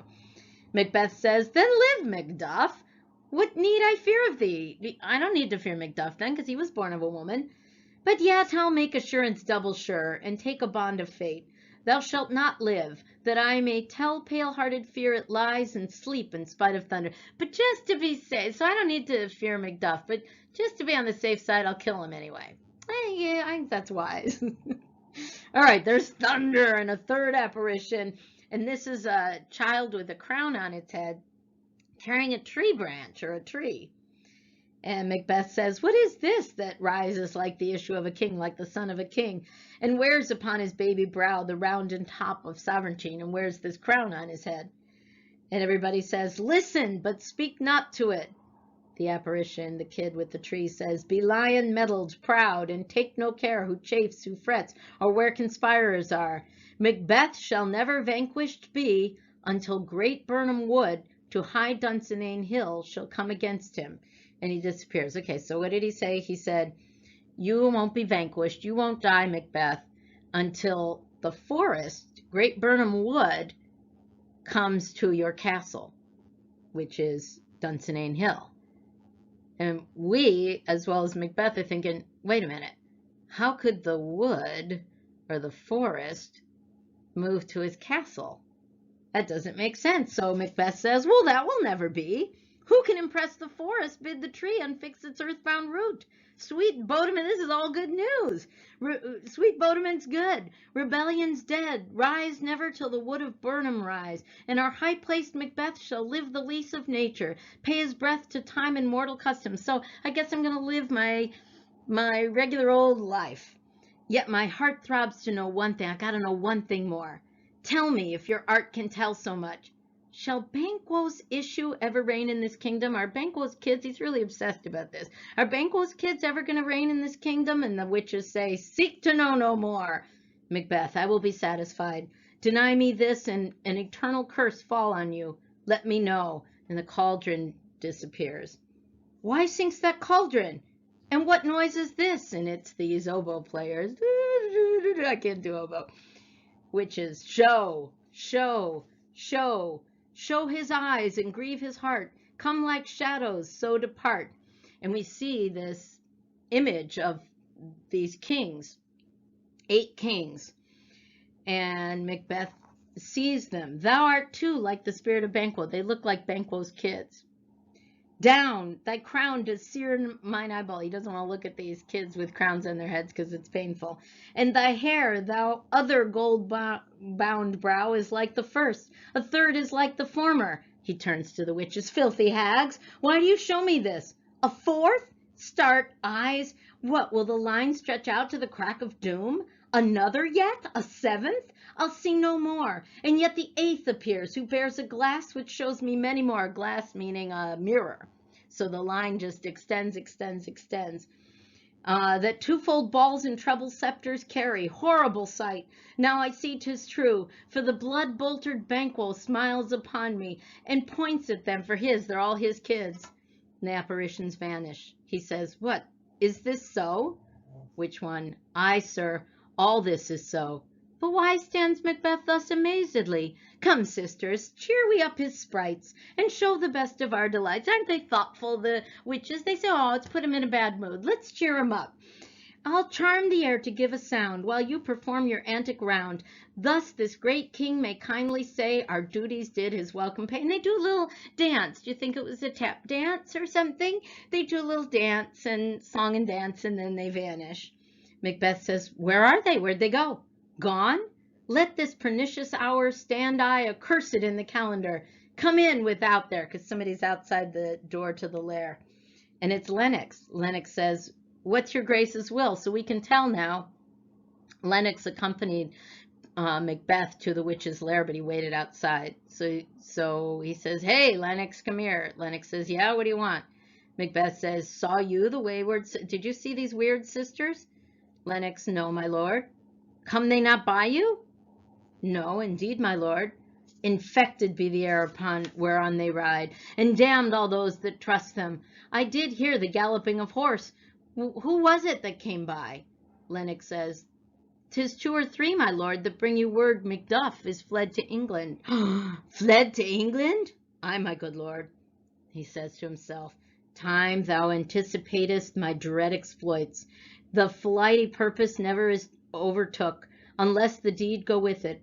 From this moment, the very firstlings of my heart shall be the firstlings of my hand. And even now, to crown my thoughts with acts, be it thought and done, the castle of Macduff I will surprise. Seize upon Fife, give to the edge of the sword his wife, his babes, and all the unfortunate souls that trace him in his line. No boasting like a fool. This deed I'll do before this purpose cool. But no more sights. Where are these gentlemen? Come, bring me where they are. So what he's saying is, okay, I've heard Macduff has gone off to England, so I'm going to make it my mission to get everybody in Macduff's castle killed. His wife, his babies, anybody who's working there is going to die. Oh, it's such a good plan. All right. We now go to scene 2 at the castle. And this is a tough scene, kids. This is a really tough scene because remember, Macduff's like Superman, and he's trying to right a wrong here. And but he has left his family to go to England to help wage war upon his own country, upon Scotland, to get rid of Macbeth. So we feel terrible for all the people at Macduff's castle who are innocents. And so the scene opens, and we're here with Lady Macduff and her young son, and Ross brings her a message. Lady Macduff says, "What had he done to make him fly the land? So why'd my husband leave?" Ross says, "You must have patience, madam." "He had none. His flight was madness. When our actions do not, our fears do make us traitors." Ross says, "You know not whether it was his wisdom or his fear." Lady Macduff, "Wisdom? To leave his wife, to leave his babes, his mansion and his titles, and a place from whence himself does fly? He loves us not. He wants the natural touch. For the poor wren, the most diminutive of birds, will fight her young ones in her nest against the owl. All is the fear, and nothing is the love. As little is the wisdom where the flight so runs against all reason." So she's angry, understandably so, with her husband for saying, how could he leave us defenseless? Even the little wren would defend its babies. Ross says, "My dearest coz, I pray you, school yourself. But for your husband, he is noble, wise, judicious, and best knows the fits of the season. I dare not speak much further. But cruel are the times when we are traitors and do not know ourselves." There's that recurring theme of we can't tell what a person's thinking by looking at a face. So we are traitors and do not know ourselves. He's saying we don't know whom to trust in Scotland, who is our enemy and who is our friend. We do not know. So when we hold rumor from what we fear, yet know not what we fear, but float upon a wild and violent sea each way and move. I take my leave of you. Shall not be long, but I'll be here again. Things at the worst will cease, or else climb upward to what they were before. And then he says to the little boy, "My pretty cousin, blessing upon you." Lady Macduff, speaking about our son, says, "Fathered he is, and yet he's fatherless." Ross, "I am so much a fool. Should I stay longer, it would be my disgrace and your discomfort. If I stay longer, I'm going to cry," because he's so upset about what's going on. "I take my leave at once." Oh, we get to do the horse, kids. Ross takes off. Lady Macduff, "Sirrah, your father's dead. And what will you do now? How will you live?" "As birds do, mother." "What, with worms and flies?" "With what I get, I mean, and so do they." "Poor bird, thou'dst never fear the net nor lime, the pitfall nor the gin." "Why should I, mother? Poor birds they are not set for. My father is not dead, for all your saying." "Yes, he is dead. How wilt thou do for a father?" "Nay, how will thou do for a husband?" "Why, I can buy me 20 at any market." "Then you'll buy him to sell again." "Thou speakest with all thy wit, and yet, in faith, with wit enough for thee." "Was my father a traitor, mother?" "Aye, that he was." "What is a traitor?" "Why, one that swears and lies." "And be all traitors that do so?" "Every one that does so is a traitor, and must be hanged." "And must they all be hanged that swear and lie?" "Every one." "Who must hang them?" "Why, the honest men." "Then the liars and swearers are fools, for there are liars and swearers now enough to beat the honest men and hang up them." "Now, God help me, poor monkey. But how wilt thou do for a father?" If he were dead, you'd weep for him. If you would not, it were a good sign that I should quickly have a new father. Poor prattler, how thou talkest. And a messenger comes in, some unknown guy. Bless you, fair dame. I am not to you, no, you don't know me, though in your state of honor I am perfect. I doubt some danger does approach you nearly. If you will take a homely man's advice, be not found here, hence, with your little ones. To fright you thus, methinks I am too savage. To do worse to you were fell cruelty, which is too nigh your person. Heaven preserve you, I dare not abide longer. And off he goes. So he has said, get the heck out of this castle if you know it's good for you. And this is where in the movie we know bad stuff's coming. We want to yell, get out of there, get out. But we can't, and she refuses to go. She says, whither should I fly? Why should I go? I have done no harm. But I remember now I am in this earthly world where to do harm is often laudable, to do good sometime accounted dangerous folly. Why then, alas, do I put up that womanly defense to say I've done no harm? And then guess what, kids? The murderers arrive. And she says, what are these faces? Who are you people? Murderer 1, where's your husband? She says, I hope in no place so unsanctified where such as thou mayst find him. Murderer 1, he's a traitor. And the son says, thou liest, thou shag-eared villain, which is a fun thing to call people. And the murderer says, what, you egg? And he stabs the child. And the child, and then says, young fry of treachery. And the son, staggering now, knowing he's dying, says, he has killed me, mother. Run away, I pray you. And he dies. Isn't that awful? And then we know that everybody else in that castle, true to Macbeth's words, is going to be killed. Oh, it's a sad scene. All right, we go to scene 3. I didn't do a scene 2 thing, but anyway, in scene 3, Malcolm and Macduff meet up in England, and mainly this scene, it's kind of long. I may edit some of it, but remember that we said we don't know who's on our side and who is not on our side. And so when Macduff meets up with Malcolm in England, Malcolm wants to make sure that Macduff is on his side. So he does this back and forth with Macduff. Macduff is saying, hey, you should be king. And Malcolm's saying, oh, no, not me, little old me. I don't have the qualities to be a king. Oh, no, you do. And they go back and forth way too much. So let's see. Let's do a little editing here.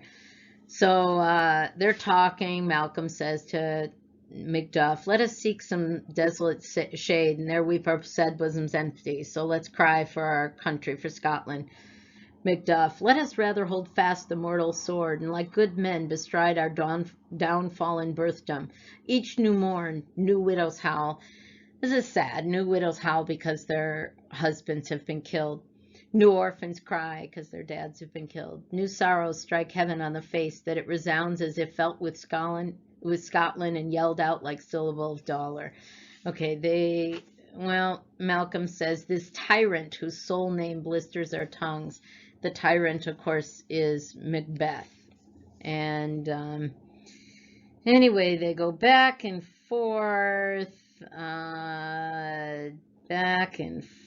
I'm looking at line 31. Macduff says, bleed, bleed, poor country, great tyranny lay thou thy basest sure. Thy title is afeared, meaning, anyway, going on about how nobody likes Macbeth. Every day a new gash is added to her wounds. Let's go on to, I'm skipping a couple pages here. I'm looking, in my book it's line 100, so it must be close to that in yours. Macduff says, oh Scotland, Scotland. And Malcolm says, if such a one be fit to govern, speak. I am as I have spoken. Macduff says, fit to govern. They're talking about Macbeth. Fit to govern? No, not to live.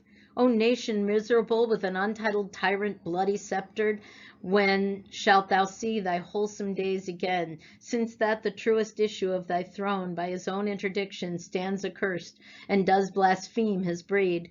Thy royal father, your royal father, was a most sainted king. People loved Duncan. The queen that bore thee, oftener upon her knees than on her feet. Dead every day she lived. Fare thee well. These evils thou repeatest upon thyself have banished me from Scotland. O my breast, thy hope ends there. Macduff, this noble passion, child of integrity, hath from my soul wiped the black scruples, reconciled my thoughts to thy good truth and honor. So this is finally where it's saying, okay, I'm going to trust you, Macduff. I know you're here for the right reasons. Devilish Macbeth, by many of these trains, hath sought to win me into his power, and modest wisdom plucks me from over credulous haste. But God above, deal between thee and me, for even now I put myself to thy direction, and unspeak mine own detraction. Here abjure the taints and blames I laid upon myself, for strangers to my nature. I am yet unknown to woman. I'm young, I'm innocent. Never was forsworn, scarcely have coveted what was mine own. At no time broke my faith, would not betray the devil to his fellow, and delight no less in truth than life. At my first false speaking was this upon myself: what I am truly is thine, and my poor country's to command.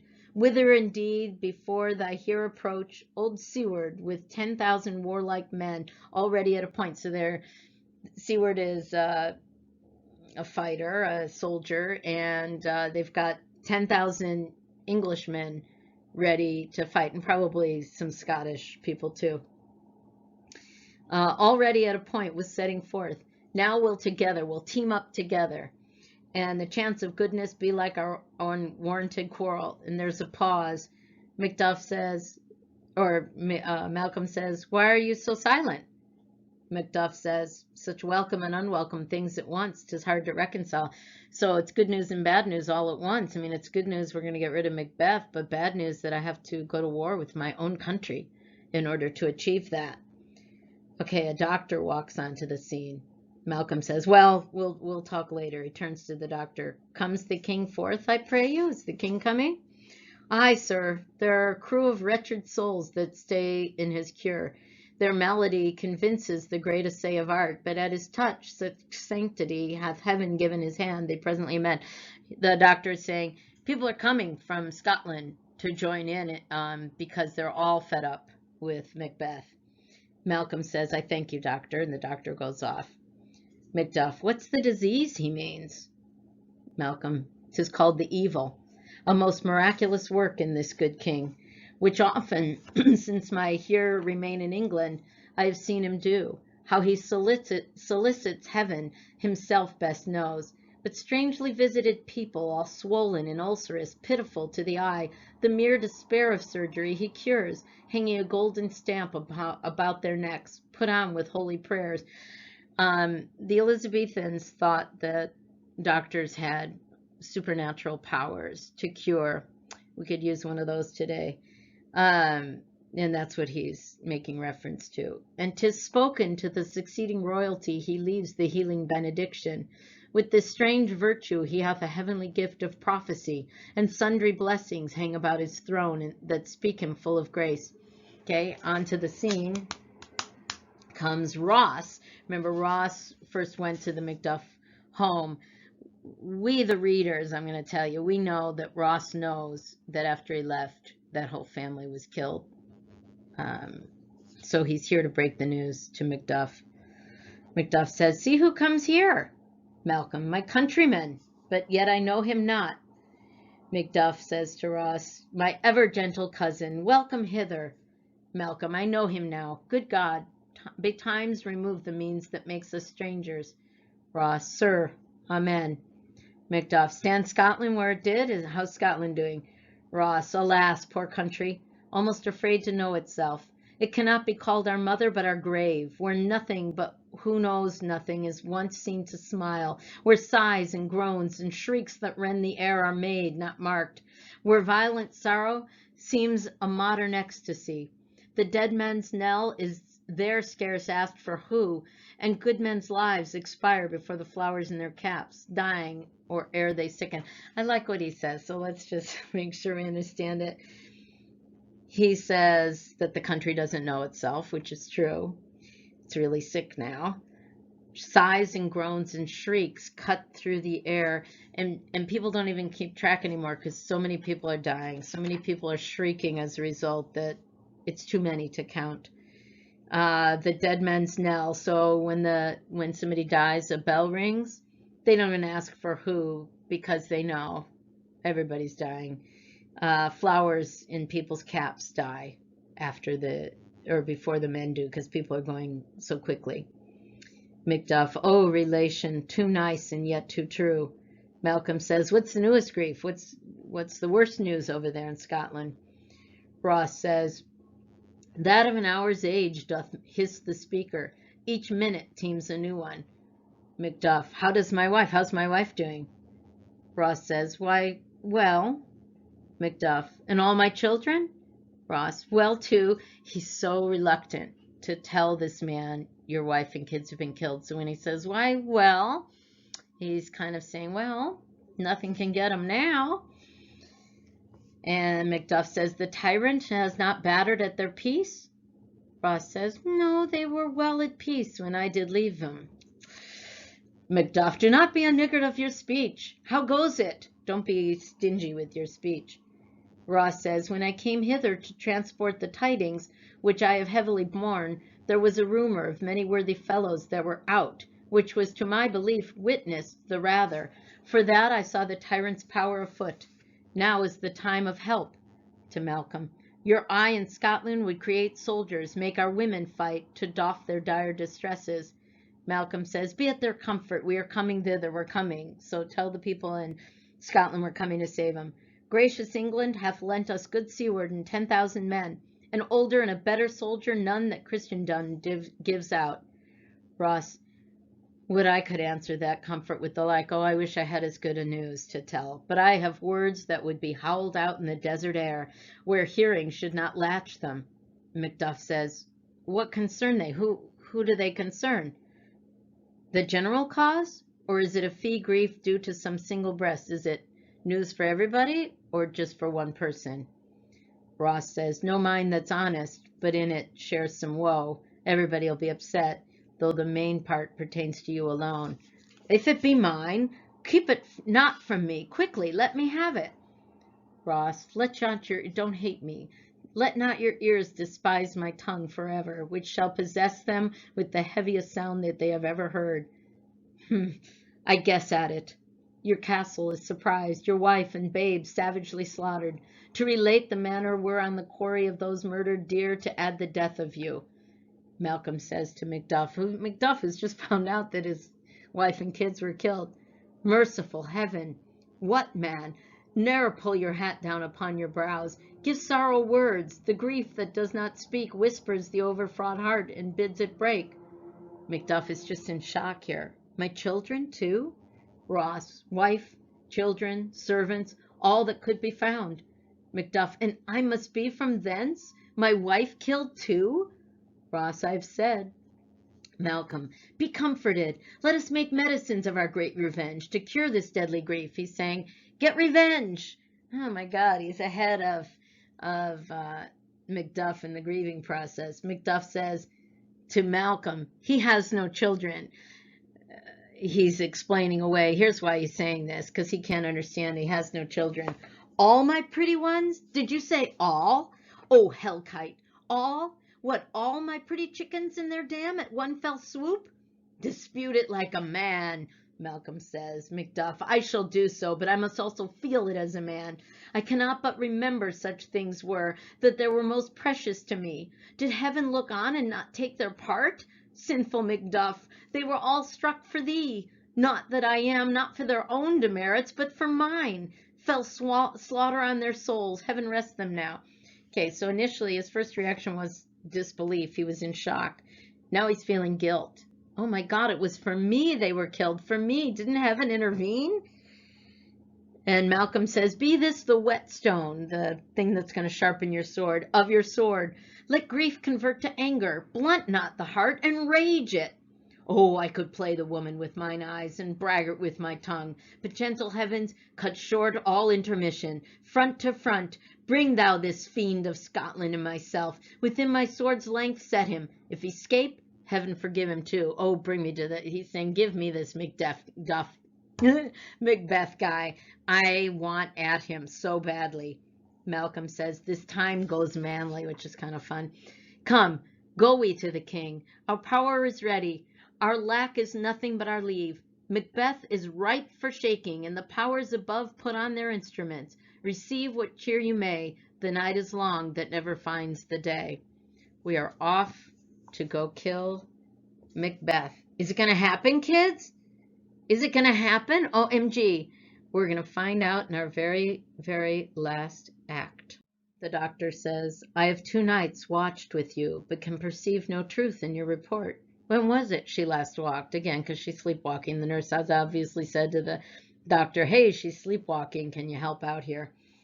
The gentlewoman, since His Majesty went into the field, I have seen her rise from her bed, throw her nightgown upon her, unlock her closet, take forth paper, fold it, write upon it, read it, afterwards seal it, and again return to bed. Yet all this while in a most fast sleep. Okay, kids, what is she doing here? I wish I had you here to ask you live to say, what is she reading? But I know that you're saying it's the letter. It's the letter that her husband sent her initially. She's taking it out of this closet and rereading it and folding it and putting it away again while she's sleepwalking.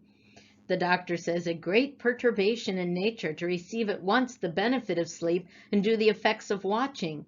In this slumbery agitation, besides her walking and other actual performances, what at any time have you heard her say? And the gentlewoman says, that, sir, which I will not report after. I'm not telling you what she said. The doctor says, you may to me, and 'tis most meet you should. Well, I'm the doctor. You got to tell me. The gentlewoman, neither you nor anyone, having no witness to confirm my speech. I'm not telling anyone. And now we see Lady Macbeth carrying this candle. And the nurse says, lo you, here she comes. This is her very guise, and upon my life, fast asleep. Observe her, stand close. The doctor, how came she by that light? The gentlewoman, why, it stood by her. She has light by her continually. 'Tis her command. Okay, one of our 4 words, night. She is afraid of the night, and therefore she must continually, really continuously probably, have a candle in her hand so that it is not dark. The doctor, you see her eyes are open. Aye, but their senses shut. What is it she does now? Look how she rubs her hand. It is an accustomed action with her to seem thus washing her hands. I have known her continue in this 1/4 of an hour. Yet here's the spot. She's speaking. Now, we all know what she's doing, right? Earlier, she said in Act 2, she said, oh, a little water clears us of this deed after she came back from putting the daggers in the king's bedroom. Now she's continuing to wash her hands, and let's listen to what she says. Here's the spot. Doctor, hark, she speaks. I will set down what comes from her to satisfy my remembrance more strongly. I'm going to write everything down. Lady Macbeth, out, damn spot. Out, I say. 1, 2, why then 'tis time to do it. Hell is murky. Fie, my lord, fie. A soldier and afeard? What need we fear, who knows it, when none can call our power to account? Who can blame us? Yet who would have thought the old man to have so much blood in him? Doctor, did you mark that? Did you get that? Lady Macbeth, the Thane of Fife, Macduff, had a wife. Where is she now? What, will these hands never be clean? No more of that, my lord, no more of that. You mar all this with your starting.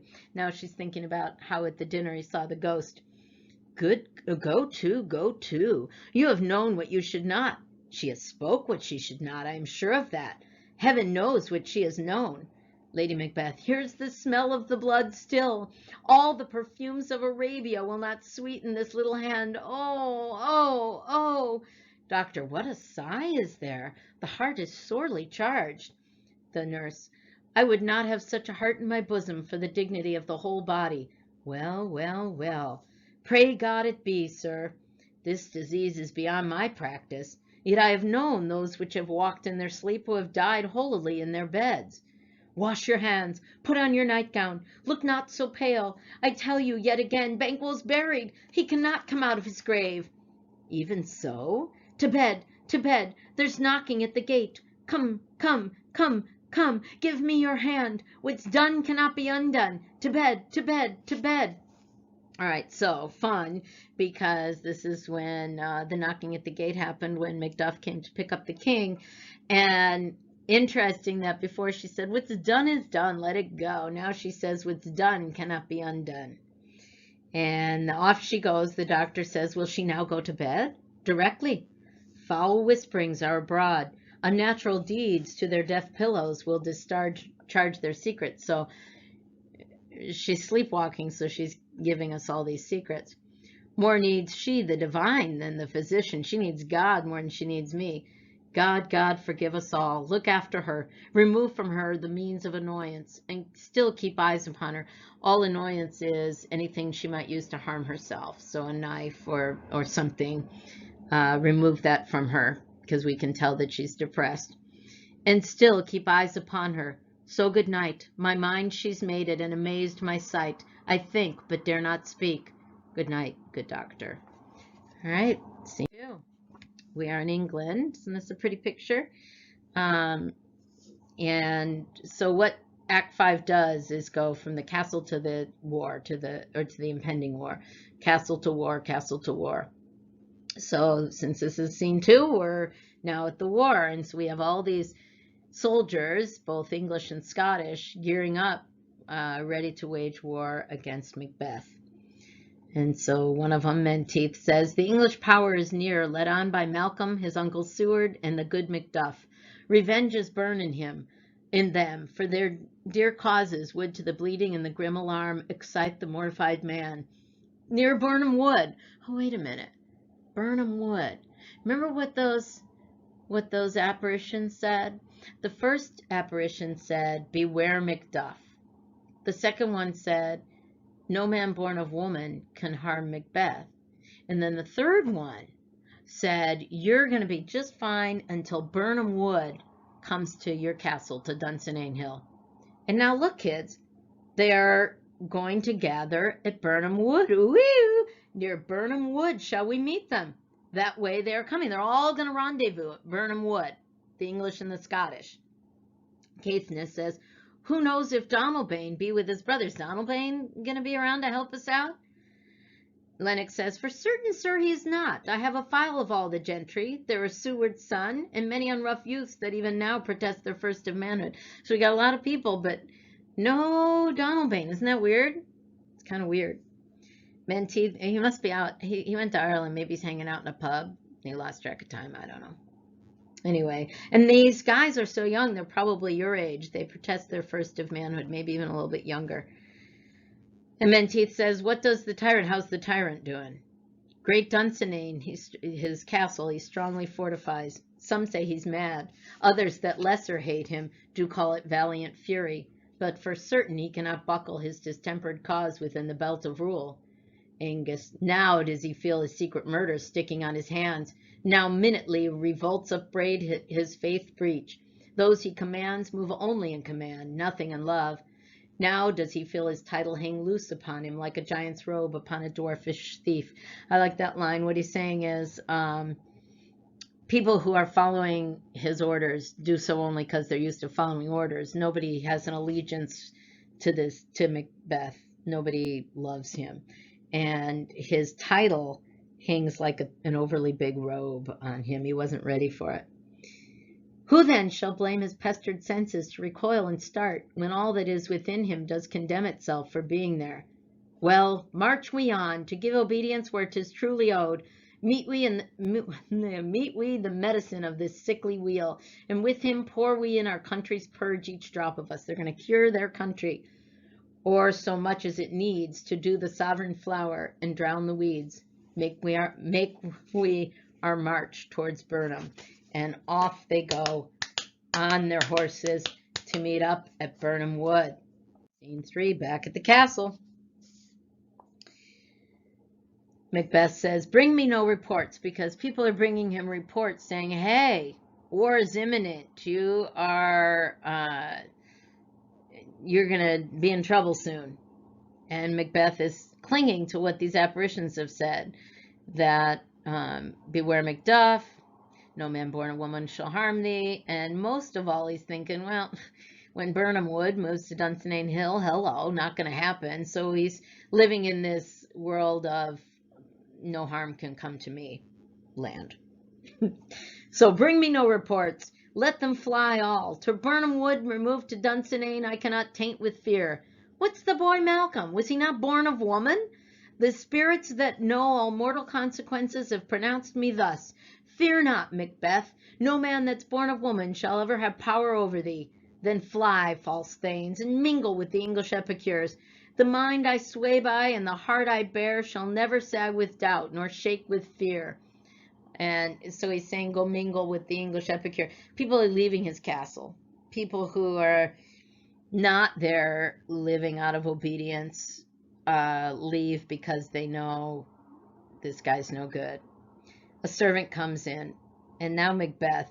It's interesting because at the beginning of this play, I don't know if you remember my saying, I really kind of felt sorry for Macbeth. I liked him, and I felt that he was being pushed to do these evil acts by his evil wife.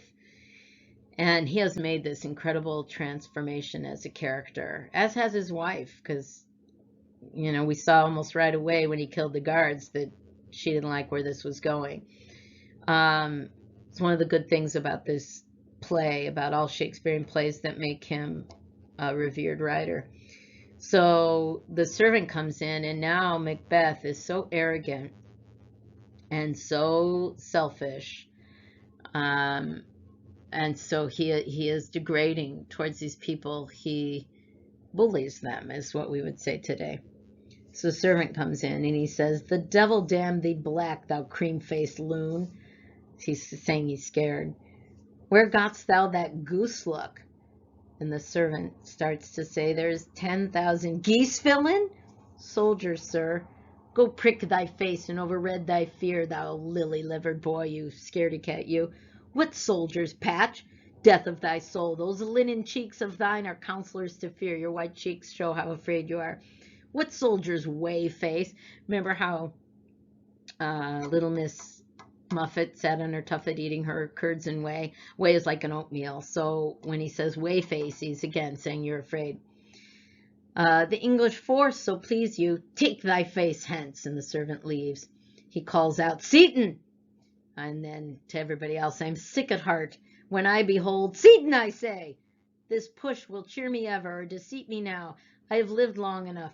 My way of life is fallen into the sere, that maybe I'm at the end of my life, I don't care. The yellow leaf, and that which should accompany old age, as honor, love, obedience, troops of friends, I must not look to have. But in their stead, instead of all those things, curses, not loud but deep, mouth honor, breath, which the poor heart would fain deny, and dare not. Seaton! Seaton walks in. What's your gracious pleasure? What news more? All is confirmed, my lord, which was reported. I'll fight till from my bones my flesh be hacked. Give me my armor. Seaton, it is not needed yet. I'll put it on. Send out more horses. Scur the country round. Hang those that talk of fear. Give me mine armor. How does your patient, doctor? How's my wife? Not so sick, my lord, as she is troubled with thick-coming fancies that keep her from her rest. Cure her of that. Canst thou not minister to a mind diseased, pluck from the memory a rooted sorrow, raise out the written troubles of the brain, and with some sweet oblivious antidote, cleanse the stuffed bosom of that perilous stuff which weighs upon the heart? Therein the patient must minister to himself. Throw physic to the dogs, I'll none of it. And then to Seaton, come, put mine armor on, give me my staff. Seaton, send out, doctor, the thanes fly from me. Come, sir, dispatch. If thou couldst, doctor, cast the water of my land, find her disease, and purge it to a sound and pristine health, I would applaud thee to the very echo that should applaud again. To Seaton, pull it off, I say. What rhubarb, senna, or what purgative drug would scour these English hence? Hearest thou of them? Aye, my good lord, your royal preparation makes us hear something. Seaton, doesn't say it, but bring it after me. I will not be afraid of death in vain, till Burnham Forest come to Dunsinane. Dunsinane, he keeps clinging to that. The doctor kindly says, were I from Dunsinane, away and clear, prophet again should hardly draw me here. He's thinking, well, I'm skedaddling. I'm not sitting around to see what happens. All right, we're back to England. Here they go, meeting up at Burnham Wood. Malcolm says to everybody, cousins, I hope the days are near at hand that Chambers will be safe. We're going to save Scotland. We doubt it nothing. What wood is this before us? The wood of Burnham. Let every soldier hew him down a bough and bear it before him. Okay, wait a minute, guys. Let's all saw down a tree limb and bear it before us. Okay, picture this. All these guys are carrying little tree limbs in front of them. Thereby shall we shadow the numbers of our host and make discovery, err and report of us, or err and report of us. We're going to have these branches in front of us so that when they look out from the castle, they're just going to see trees and they're not going to realize they're being attacked. Okay, do you see what's happening here? The woods are moving to Dunsinane. OMG! Isn't it fun? Okay, the soldiers all say, it shall be done, and they start hacking away. We learn no other, but the confident tyrant keeps still in Dunsinane and will endure our setting down before it. So he's not moving anywhere. He's going to fight. 'Tis his main hope, for where there is advantage to be given, both more and less have given him the revolt, and none serve with him but constrained things whose hearts are absent too. Again, the only people hanging around are people doing it out of, they think they're supposed to. Macduff says, let our just censures attend the true event, and put we on industrious soldiership. The time approaches that will with due decision make us know what we shall say we have and what we owe. Thoughts speculative, their unsure hopes relate, but certain issues strokes must arbitrate, towards which advance the war. And off they go, heading with their tree branches towards Macbeth's castle. Here we go, Macbeth's castle again. Macbeth says, hang out our banners on the outward walls. The cry is still they come. Our castle's strength will laugh a siege to scorn. Here let them lie till famine and the ague, like the fever, eat them up. Were they not forced with those that should be ours, we might have met them dareful beard to beard and beat them backward home. Ah, there's a cry of women within. What is that noise? It is the cry of women. I know we just read that. It is the cry of women, my good lord. And off he goes to check on it. Malcolm says to himself, or to us, I've almost forgotten the taste of fears. The time has been, my senses would have cooled to hear a night shriek, and my fell of hair would at a dismal treatise rouse and stir as life were in it. So it used to be I would have been more alarmed by a shriek, but no longer. I have supped full with horrors.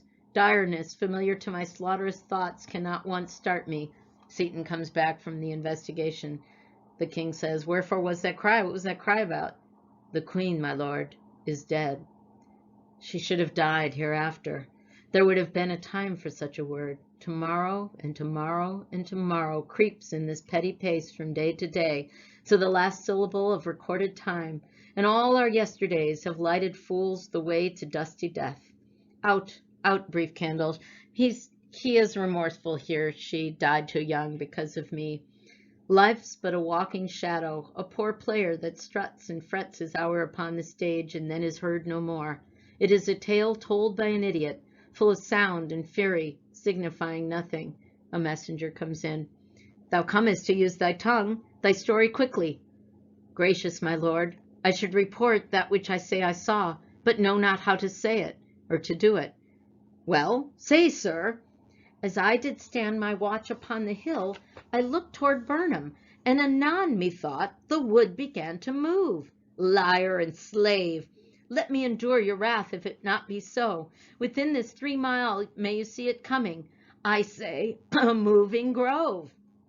If thou speakest false, upon the next tree shalt thou hang alive, till famine cling thee. If thy speech be sooth, if it's true, I care not if thou dost for me as much. I pull in resolution and begin to doubt the equivocation of the fiend that lies like truth. Fear not, till Burnham Wood do come to Dunsinane. And now, A wood comes toward Dunsinane. Arm, arm and out. If this which he avouches does appear, there is nor flying hence nor tarrying here. I gin to be aweary of the sun, and wish the estate of the world were now undone. Ring the alarum bell, blow wind, come rack, at least we'll die with harness on our back. Well, at least we're going to die fighting. Oh my gosh, all right. 6, they just keep coming. It looks like a wood kid, but those are soldiers. Okay, so here they come. Malcolm says, now near enough. Your leafy screens throw down and show like those you are. So let's put these trees down and let them see that we're soldiers. You, worthy uncle, shall with my cousin, your right noble son, lead our first battle. Worthy Macduff and we shall take upon what else remains to do according to our order. Fare you well. Do we but find the tyrant's power tonight, let us be beaten if we cannot fight. Make all our trumpets speak. You know, these people, anytime they do something, dun, da, da, da, da, they have to announce with trumpets. Anyway, make all our trumpets speak. Give them all breath, those clamorous harbingers of blood and death. Scene 7. Oh my gosh, they're here. Macbeth says, they have tied me to a stake. I cannot fly, but bear-like I must fight the course. What's he that was not born of woman? Such a one am I to fear or none. So even though he's realized Birnam Wood's coming to Dunsinane, he's still clinging to the fact that, well, nobody can hurt me except somebody born a woman. And who hasn't been born a woman? Of woman, not a woman, of woman. And little Seward comes in, and he's probably a teenager. And he says to Macbeth, what is thy name? Thou'lt be afraid to hear it. No, though thou that callest thyself a hotter name than any is in hell. You're worse than the devil. My name's Macbeth. The devil himself could not pronounce a title more hateful to mine ear. No, nor more fearful. Thou liest, abhorred tyrant. With my sword I'll prove the lie thou speakest. And they fight. Slash, slash, scuffle, scuffle, scuffle. And guess what? Macbeth wins. Poor young Seward. Macbeth says, thou wast born of woman, but swords I smile at, weapons laugh to scorn, brandished by a man that's of a woman born. There are alarms going off, it's chaos in the castle, and in behind young Seward now, here's Superman, aka Macduff. And he's looking for Macbeth, he doesn't see him. That way the noise is, tyrant, show thy face. If thou beest slain, and with no stroke of mine, my children and my wife and children's ghosts will haunt me still. So I want at you, otherwise I haven't avenged my wife and kids' deaths. I cannot strike at wretched kerns, whose arms are hired to bear their staves. Either thou, Macbeth, or else thy sword with an unbattered edge I sheathe again undeeded. I mean, I'm not going to kill anyone but you. And then he points and says, there thou shouldst be. By this great clatter, one of greatest note seems brooded. Let me find him, fortune. The more and more I beg not. Alarms are going on. More people are entering the castle. Seward says, this way, my lord. The castle's gently rendered. The tyrant's people on both sides do fight. The noble thanes do bravely in the war. The day almost itself professes yours, and little is to do. Malcolm, we have met with foes. Whoops, that was still Seward. Malcolm says, that strike beside us. No, it was all Malcolm. I was right. We have met with foes that strike beside us. Enter, sir, the castle. Now we're all in the castle. And so now we go to scene 8. And Macbeth says, why should I play the Roman fool and die on mine own sword? Whiles I see lives, the gashes do better upon them. So I'm going to keep fighting. Now he and Macduff are face to face. Macduff, by the way, is our hero. And Macduff says, turn, hellhound, turn. Of all men else, I have avoided thee. But get thee back. My soul's too much charged with blood of thine already. I've already killed too many Macduffs. I don't want to kill you. Macduff says, I have no words. My voice is in my sword. Thou bloodier villain than terms can give thee out. And they fight. Slash, slash, scuffle, scuffle, blah, blah, blah, blah, blah, long, long. And Macbeth, thou losest labor, as easy mayest thou the entrenched air with thy keen sword impresses make me bleed. Let fall thy blood on vulnerable crest. Go ahead, try to kill other people. I bear a charmed life. which must not yield to one of woman born. I'm safe, because until I meet somebody not of woman born. Macduff says, despair thy charm, and let the angel whom thou still hast served tell thee Macduff was from his mother's womb untimely ripped. Okay, what does that mean, kids? And then you can quibble with Shakespeare, because what he's saying is, well, good luck to you then, Macbeth, because I was from my mother's womb untimely ripped. His mother had a C-section. So by definition, I know I didn't write the play, he wasn't truly of woman born, since a doctor took him out of his mother. Oh my God. But now we might quibble, but Macbeth isn't going to quibble. And now he's thinking, oh no, we've had three things happen. Beware Macduff, no man born of woman can harm you, and Birnam Wood moving to Dunsinane Hill. Oh my gosh, could those apparitions have been right? I don't know, but here they are all coming true.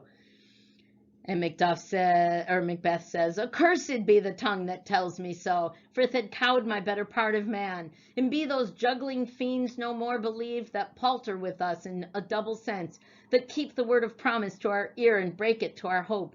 I'll not fight with thee. I'm not going to fight you, Macduff. Then yield thee, coward, and live to be the show and gaze of the time. We'll have thee, as our rarer monsters are, painted on a pole, and under it, here may you see the tyrant. Then I'm just going to go ahead and kill you. Macbeth, I will not yield to kiss the ground before young Malcolm's feet, and to be baited with the rabble's curse. Though Birnam Wood be come to Dunsinane, and thou opposed, being of no woman born, yet I will try that. I'm still going to give it a go. He doesn't have much choice, right? Before my body, I throw my warlike shield. Lay on, Macduff, and damned be him that first cries, hold, enough. And they fight, slash, slash, slash, slash, and guess who wins? Our hero, Macduff. Oh my gosh, everybody stops to collect their emotions, and Malcolm says, I would the friends we miss were safe arrived. Seward, some must go off, and yet by these I see so great a day as this is cheaply bought. Isn't it all wonderful? Everybody we hope is safe. A day is cheaply bought. The only person killed really was that young Seward, right? So that wasn't too bad for war. Malcolm says, Macduff is missing, and your noble son. Ross, your son, my lord, has paid a soldier's debt. He only lived but till he was a man, the which no sooner had his prowess confirmed in the unshrinking station where he fought, but like a man he died. So your son died. Seward says, then he is dead? Aye, and brought off the field. Your cause of sorrow must not be measured by his worth, for then it hath no end. Had he his hurts before? And that means were his wounds in the front of his body. I don't know why it matters, but anyway, I on the front. Why then God's soldier be he. Had I as many sons as I have hairs, I would not wish them to a fairer death.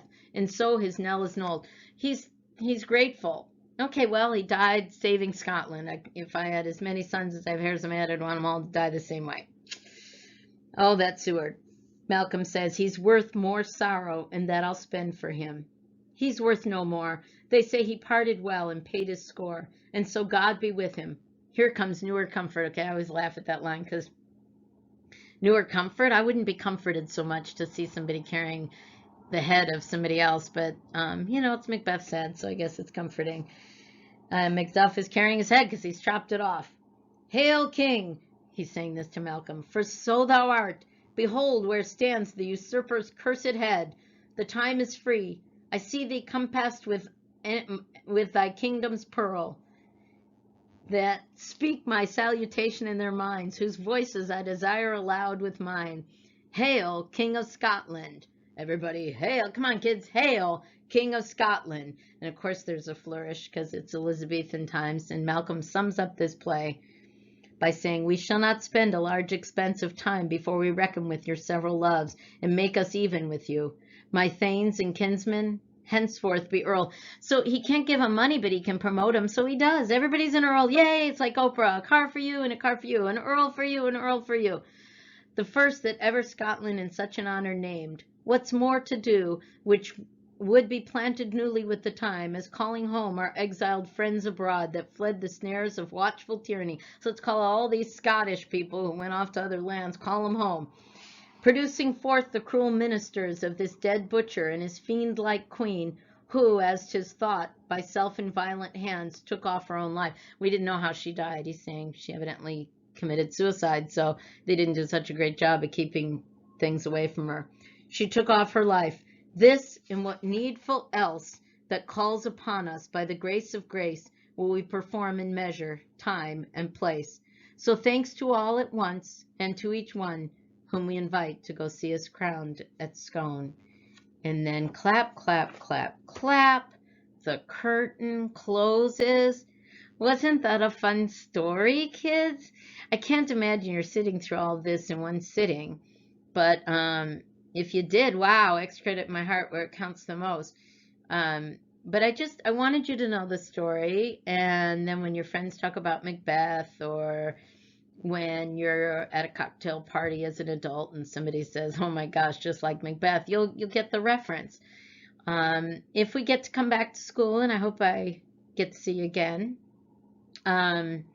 we'll talk more about it, and we can even see the rest of the movie, and maybe take a test. So, but we'll cross that bridge when we come to it. So for now, I hope you enjoyed, and thanks for watching. Bye-bye.